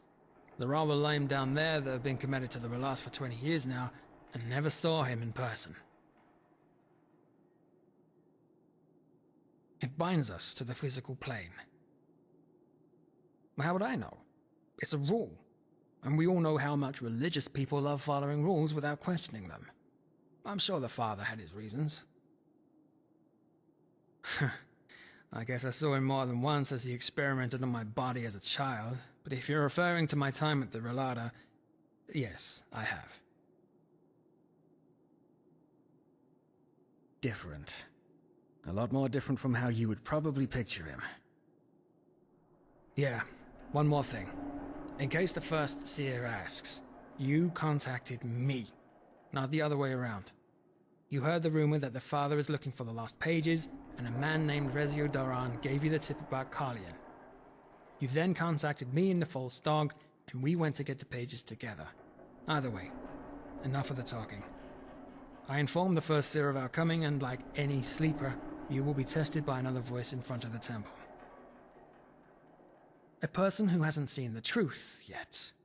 In other words, everybody who's not a Ralaim. Follow me.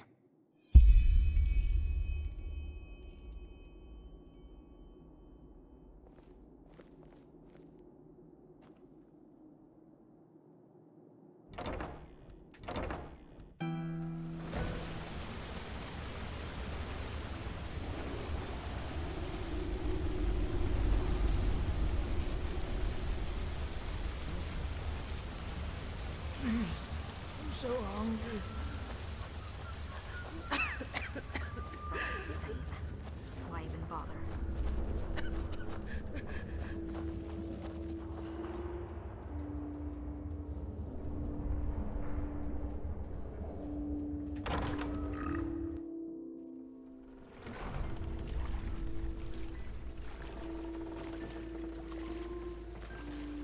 Move along.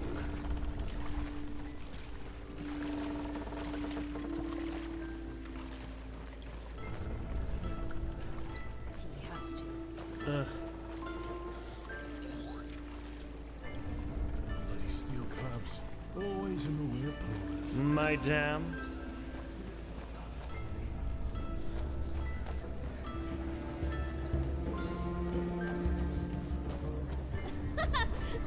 Some people just don't know their path.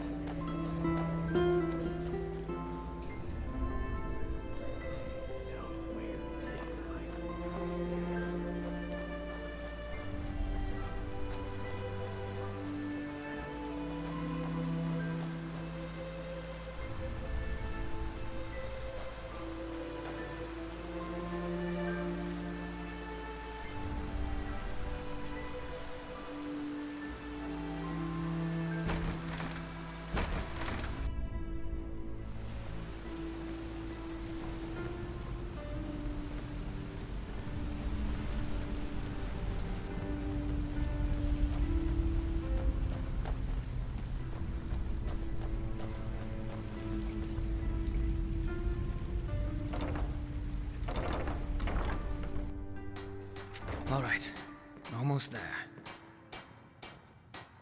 Move along.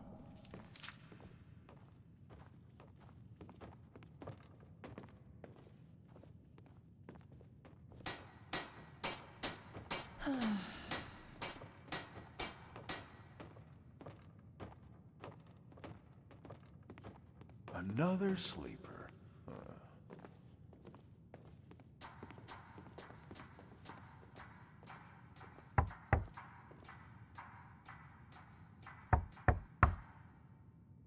Yes. Brother Sorrow.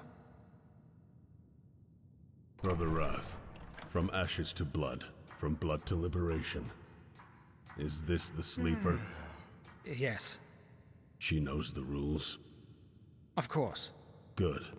Hold still.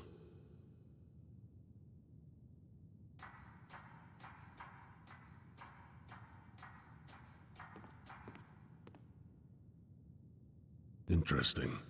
You may enter. Thank you, brother. Father's blessings. So.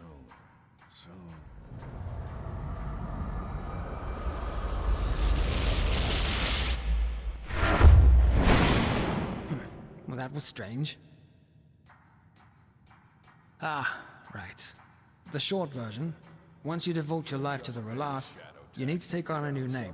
The name of your biggest vice in your life before the awakening. Relame always call each other by their new names, but we voices often use our dead names in the outside world. Every emotion is a weakness. Joy, greed, lust, scorn. According to the Relas, everything that is human is another obstacle on the way to transcendence. Hardly. Most people don't like talking about their lives before the Relata. This man, he wasn't just any voice. He was the Father's right hand, Brother Sorrow. I know, he's always been like that, but don't underestimate him. This man is a monster. I once saw him fight 4 thugs at once who thought it was a good idea to rob a voice of the Father. He decapitated one of them, broke another one's face, and cut down the remaining 2 with a single swing of his sword. Most Relame do. Complete veiling isn't required, but it's considered a sign of religious devotion. Good question. Let's just stay on our guard. Yes.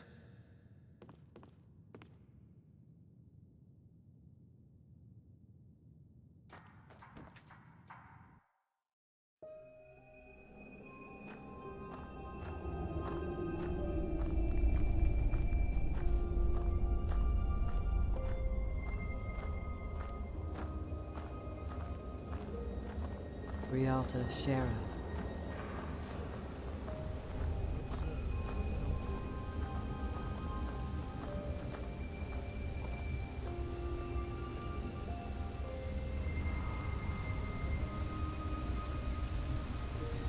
Pity.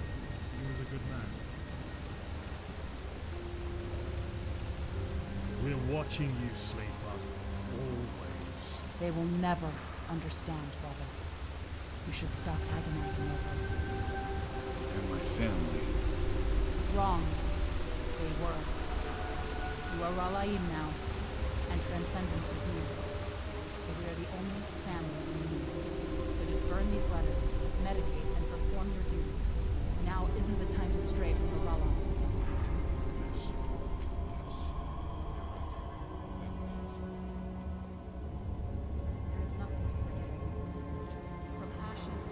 First seer. From ashes to blood, from blood to liberation. Ah, Brother Wrath. Is this our visitor? Yes, First Seer. She helped me find the lost pages. Interesting. Show me. Interesting. Tell me, how did you know that the Father is looking for these? I see. And how did you meet Brother Wrath? Also through your contact? It is indeed. Well then, I am Brother Longing, or to you, the First Seer. I assume Brother Wrath promised you a reward for these. I have 300 pennies. Good. Then go up to the tower and talk to Sister Envy. She will pay you. Brother Wrath, will you escort our guest back outside? If that is your wish, then yes, First Seer. What do you mean by that? I was thinking... irrelevant. Father's blessings, First Seer. Thank you for your time.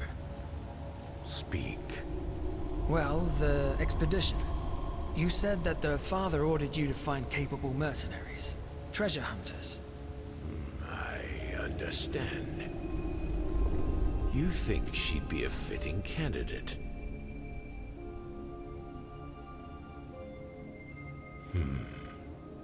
She's an arcanist, isn't she? Correct. And one who knows her craft. At least judging from what I saw.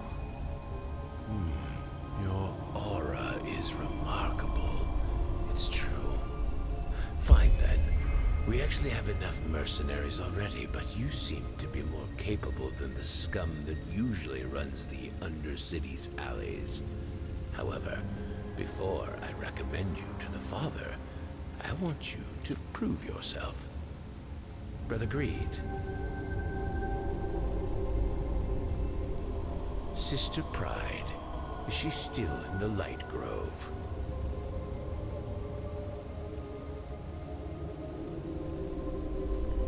Good. Then escort this woman into the Dark Valley.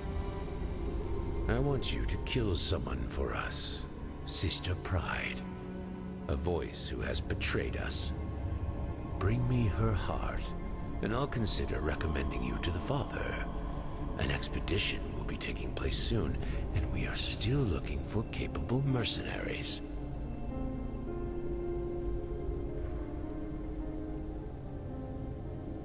As I said, she betrayed us. I believe my instructions were quite clear. Correct.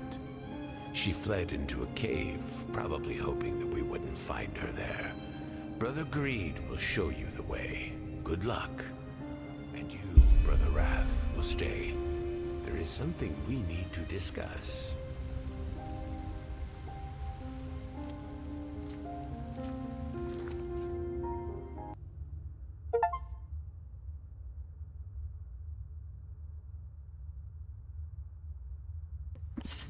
지금 이 퀘스트도 뭔가 좀 길어질 것 같은데 일단 여기까지만 하고 잠깐 쉬었다가 또 다음에 계속 이어서 하겠습니다.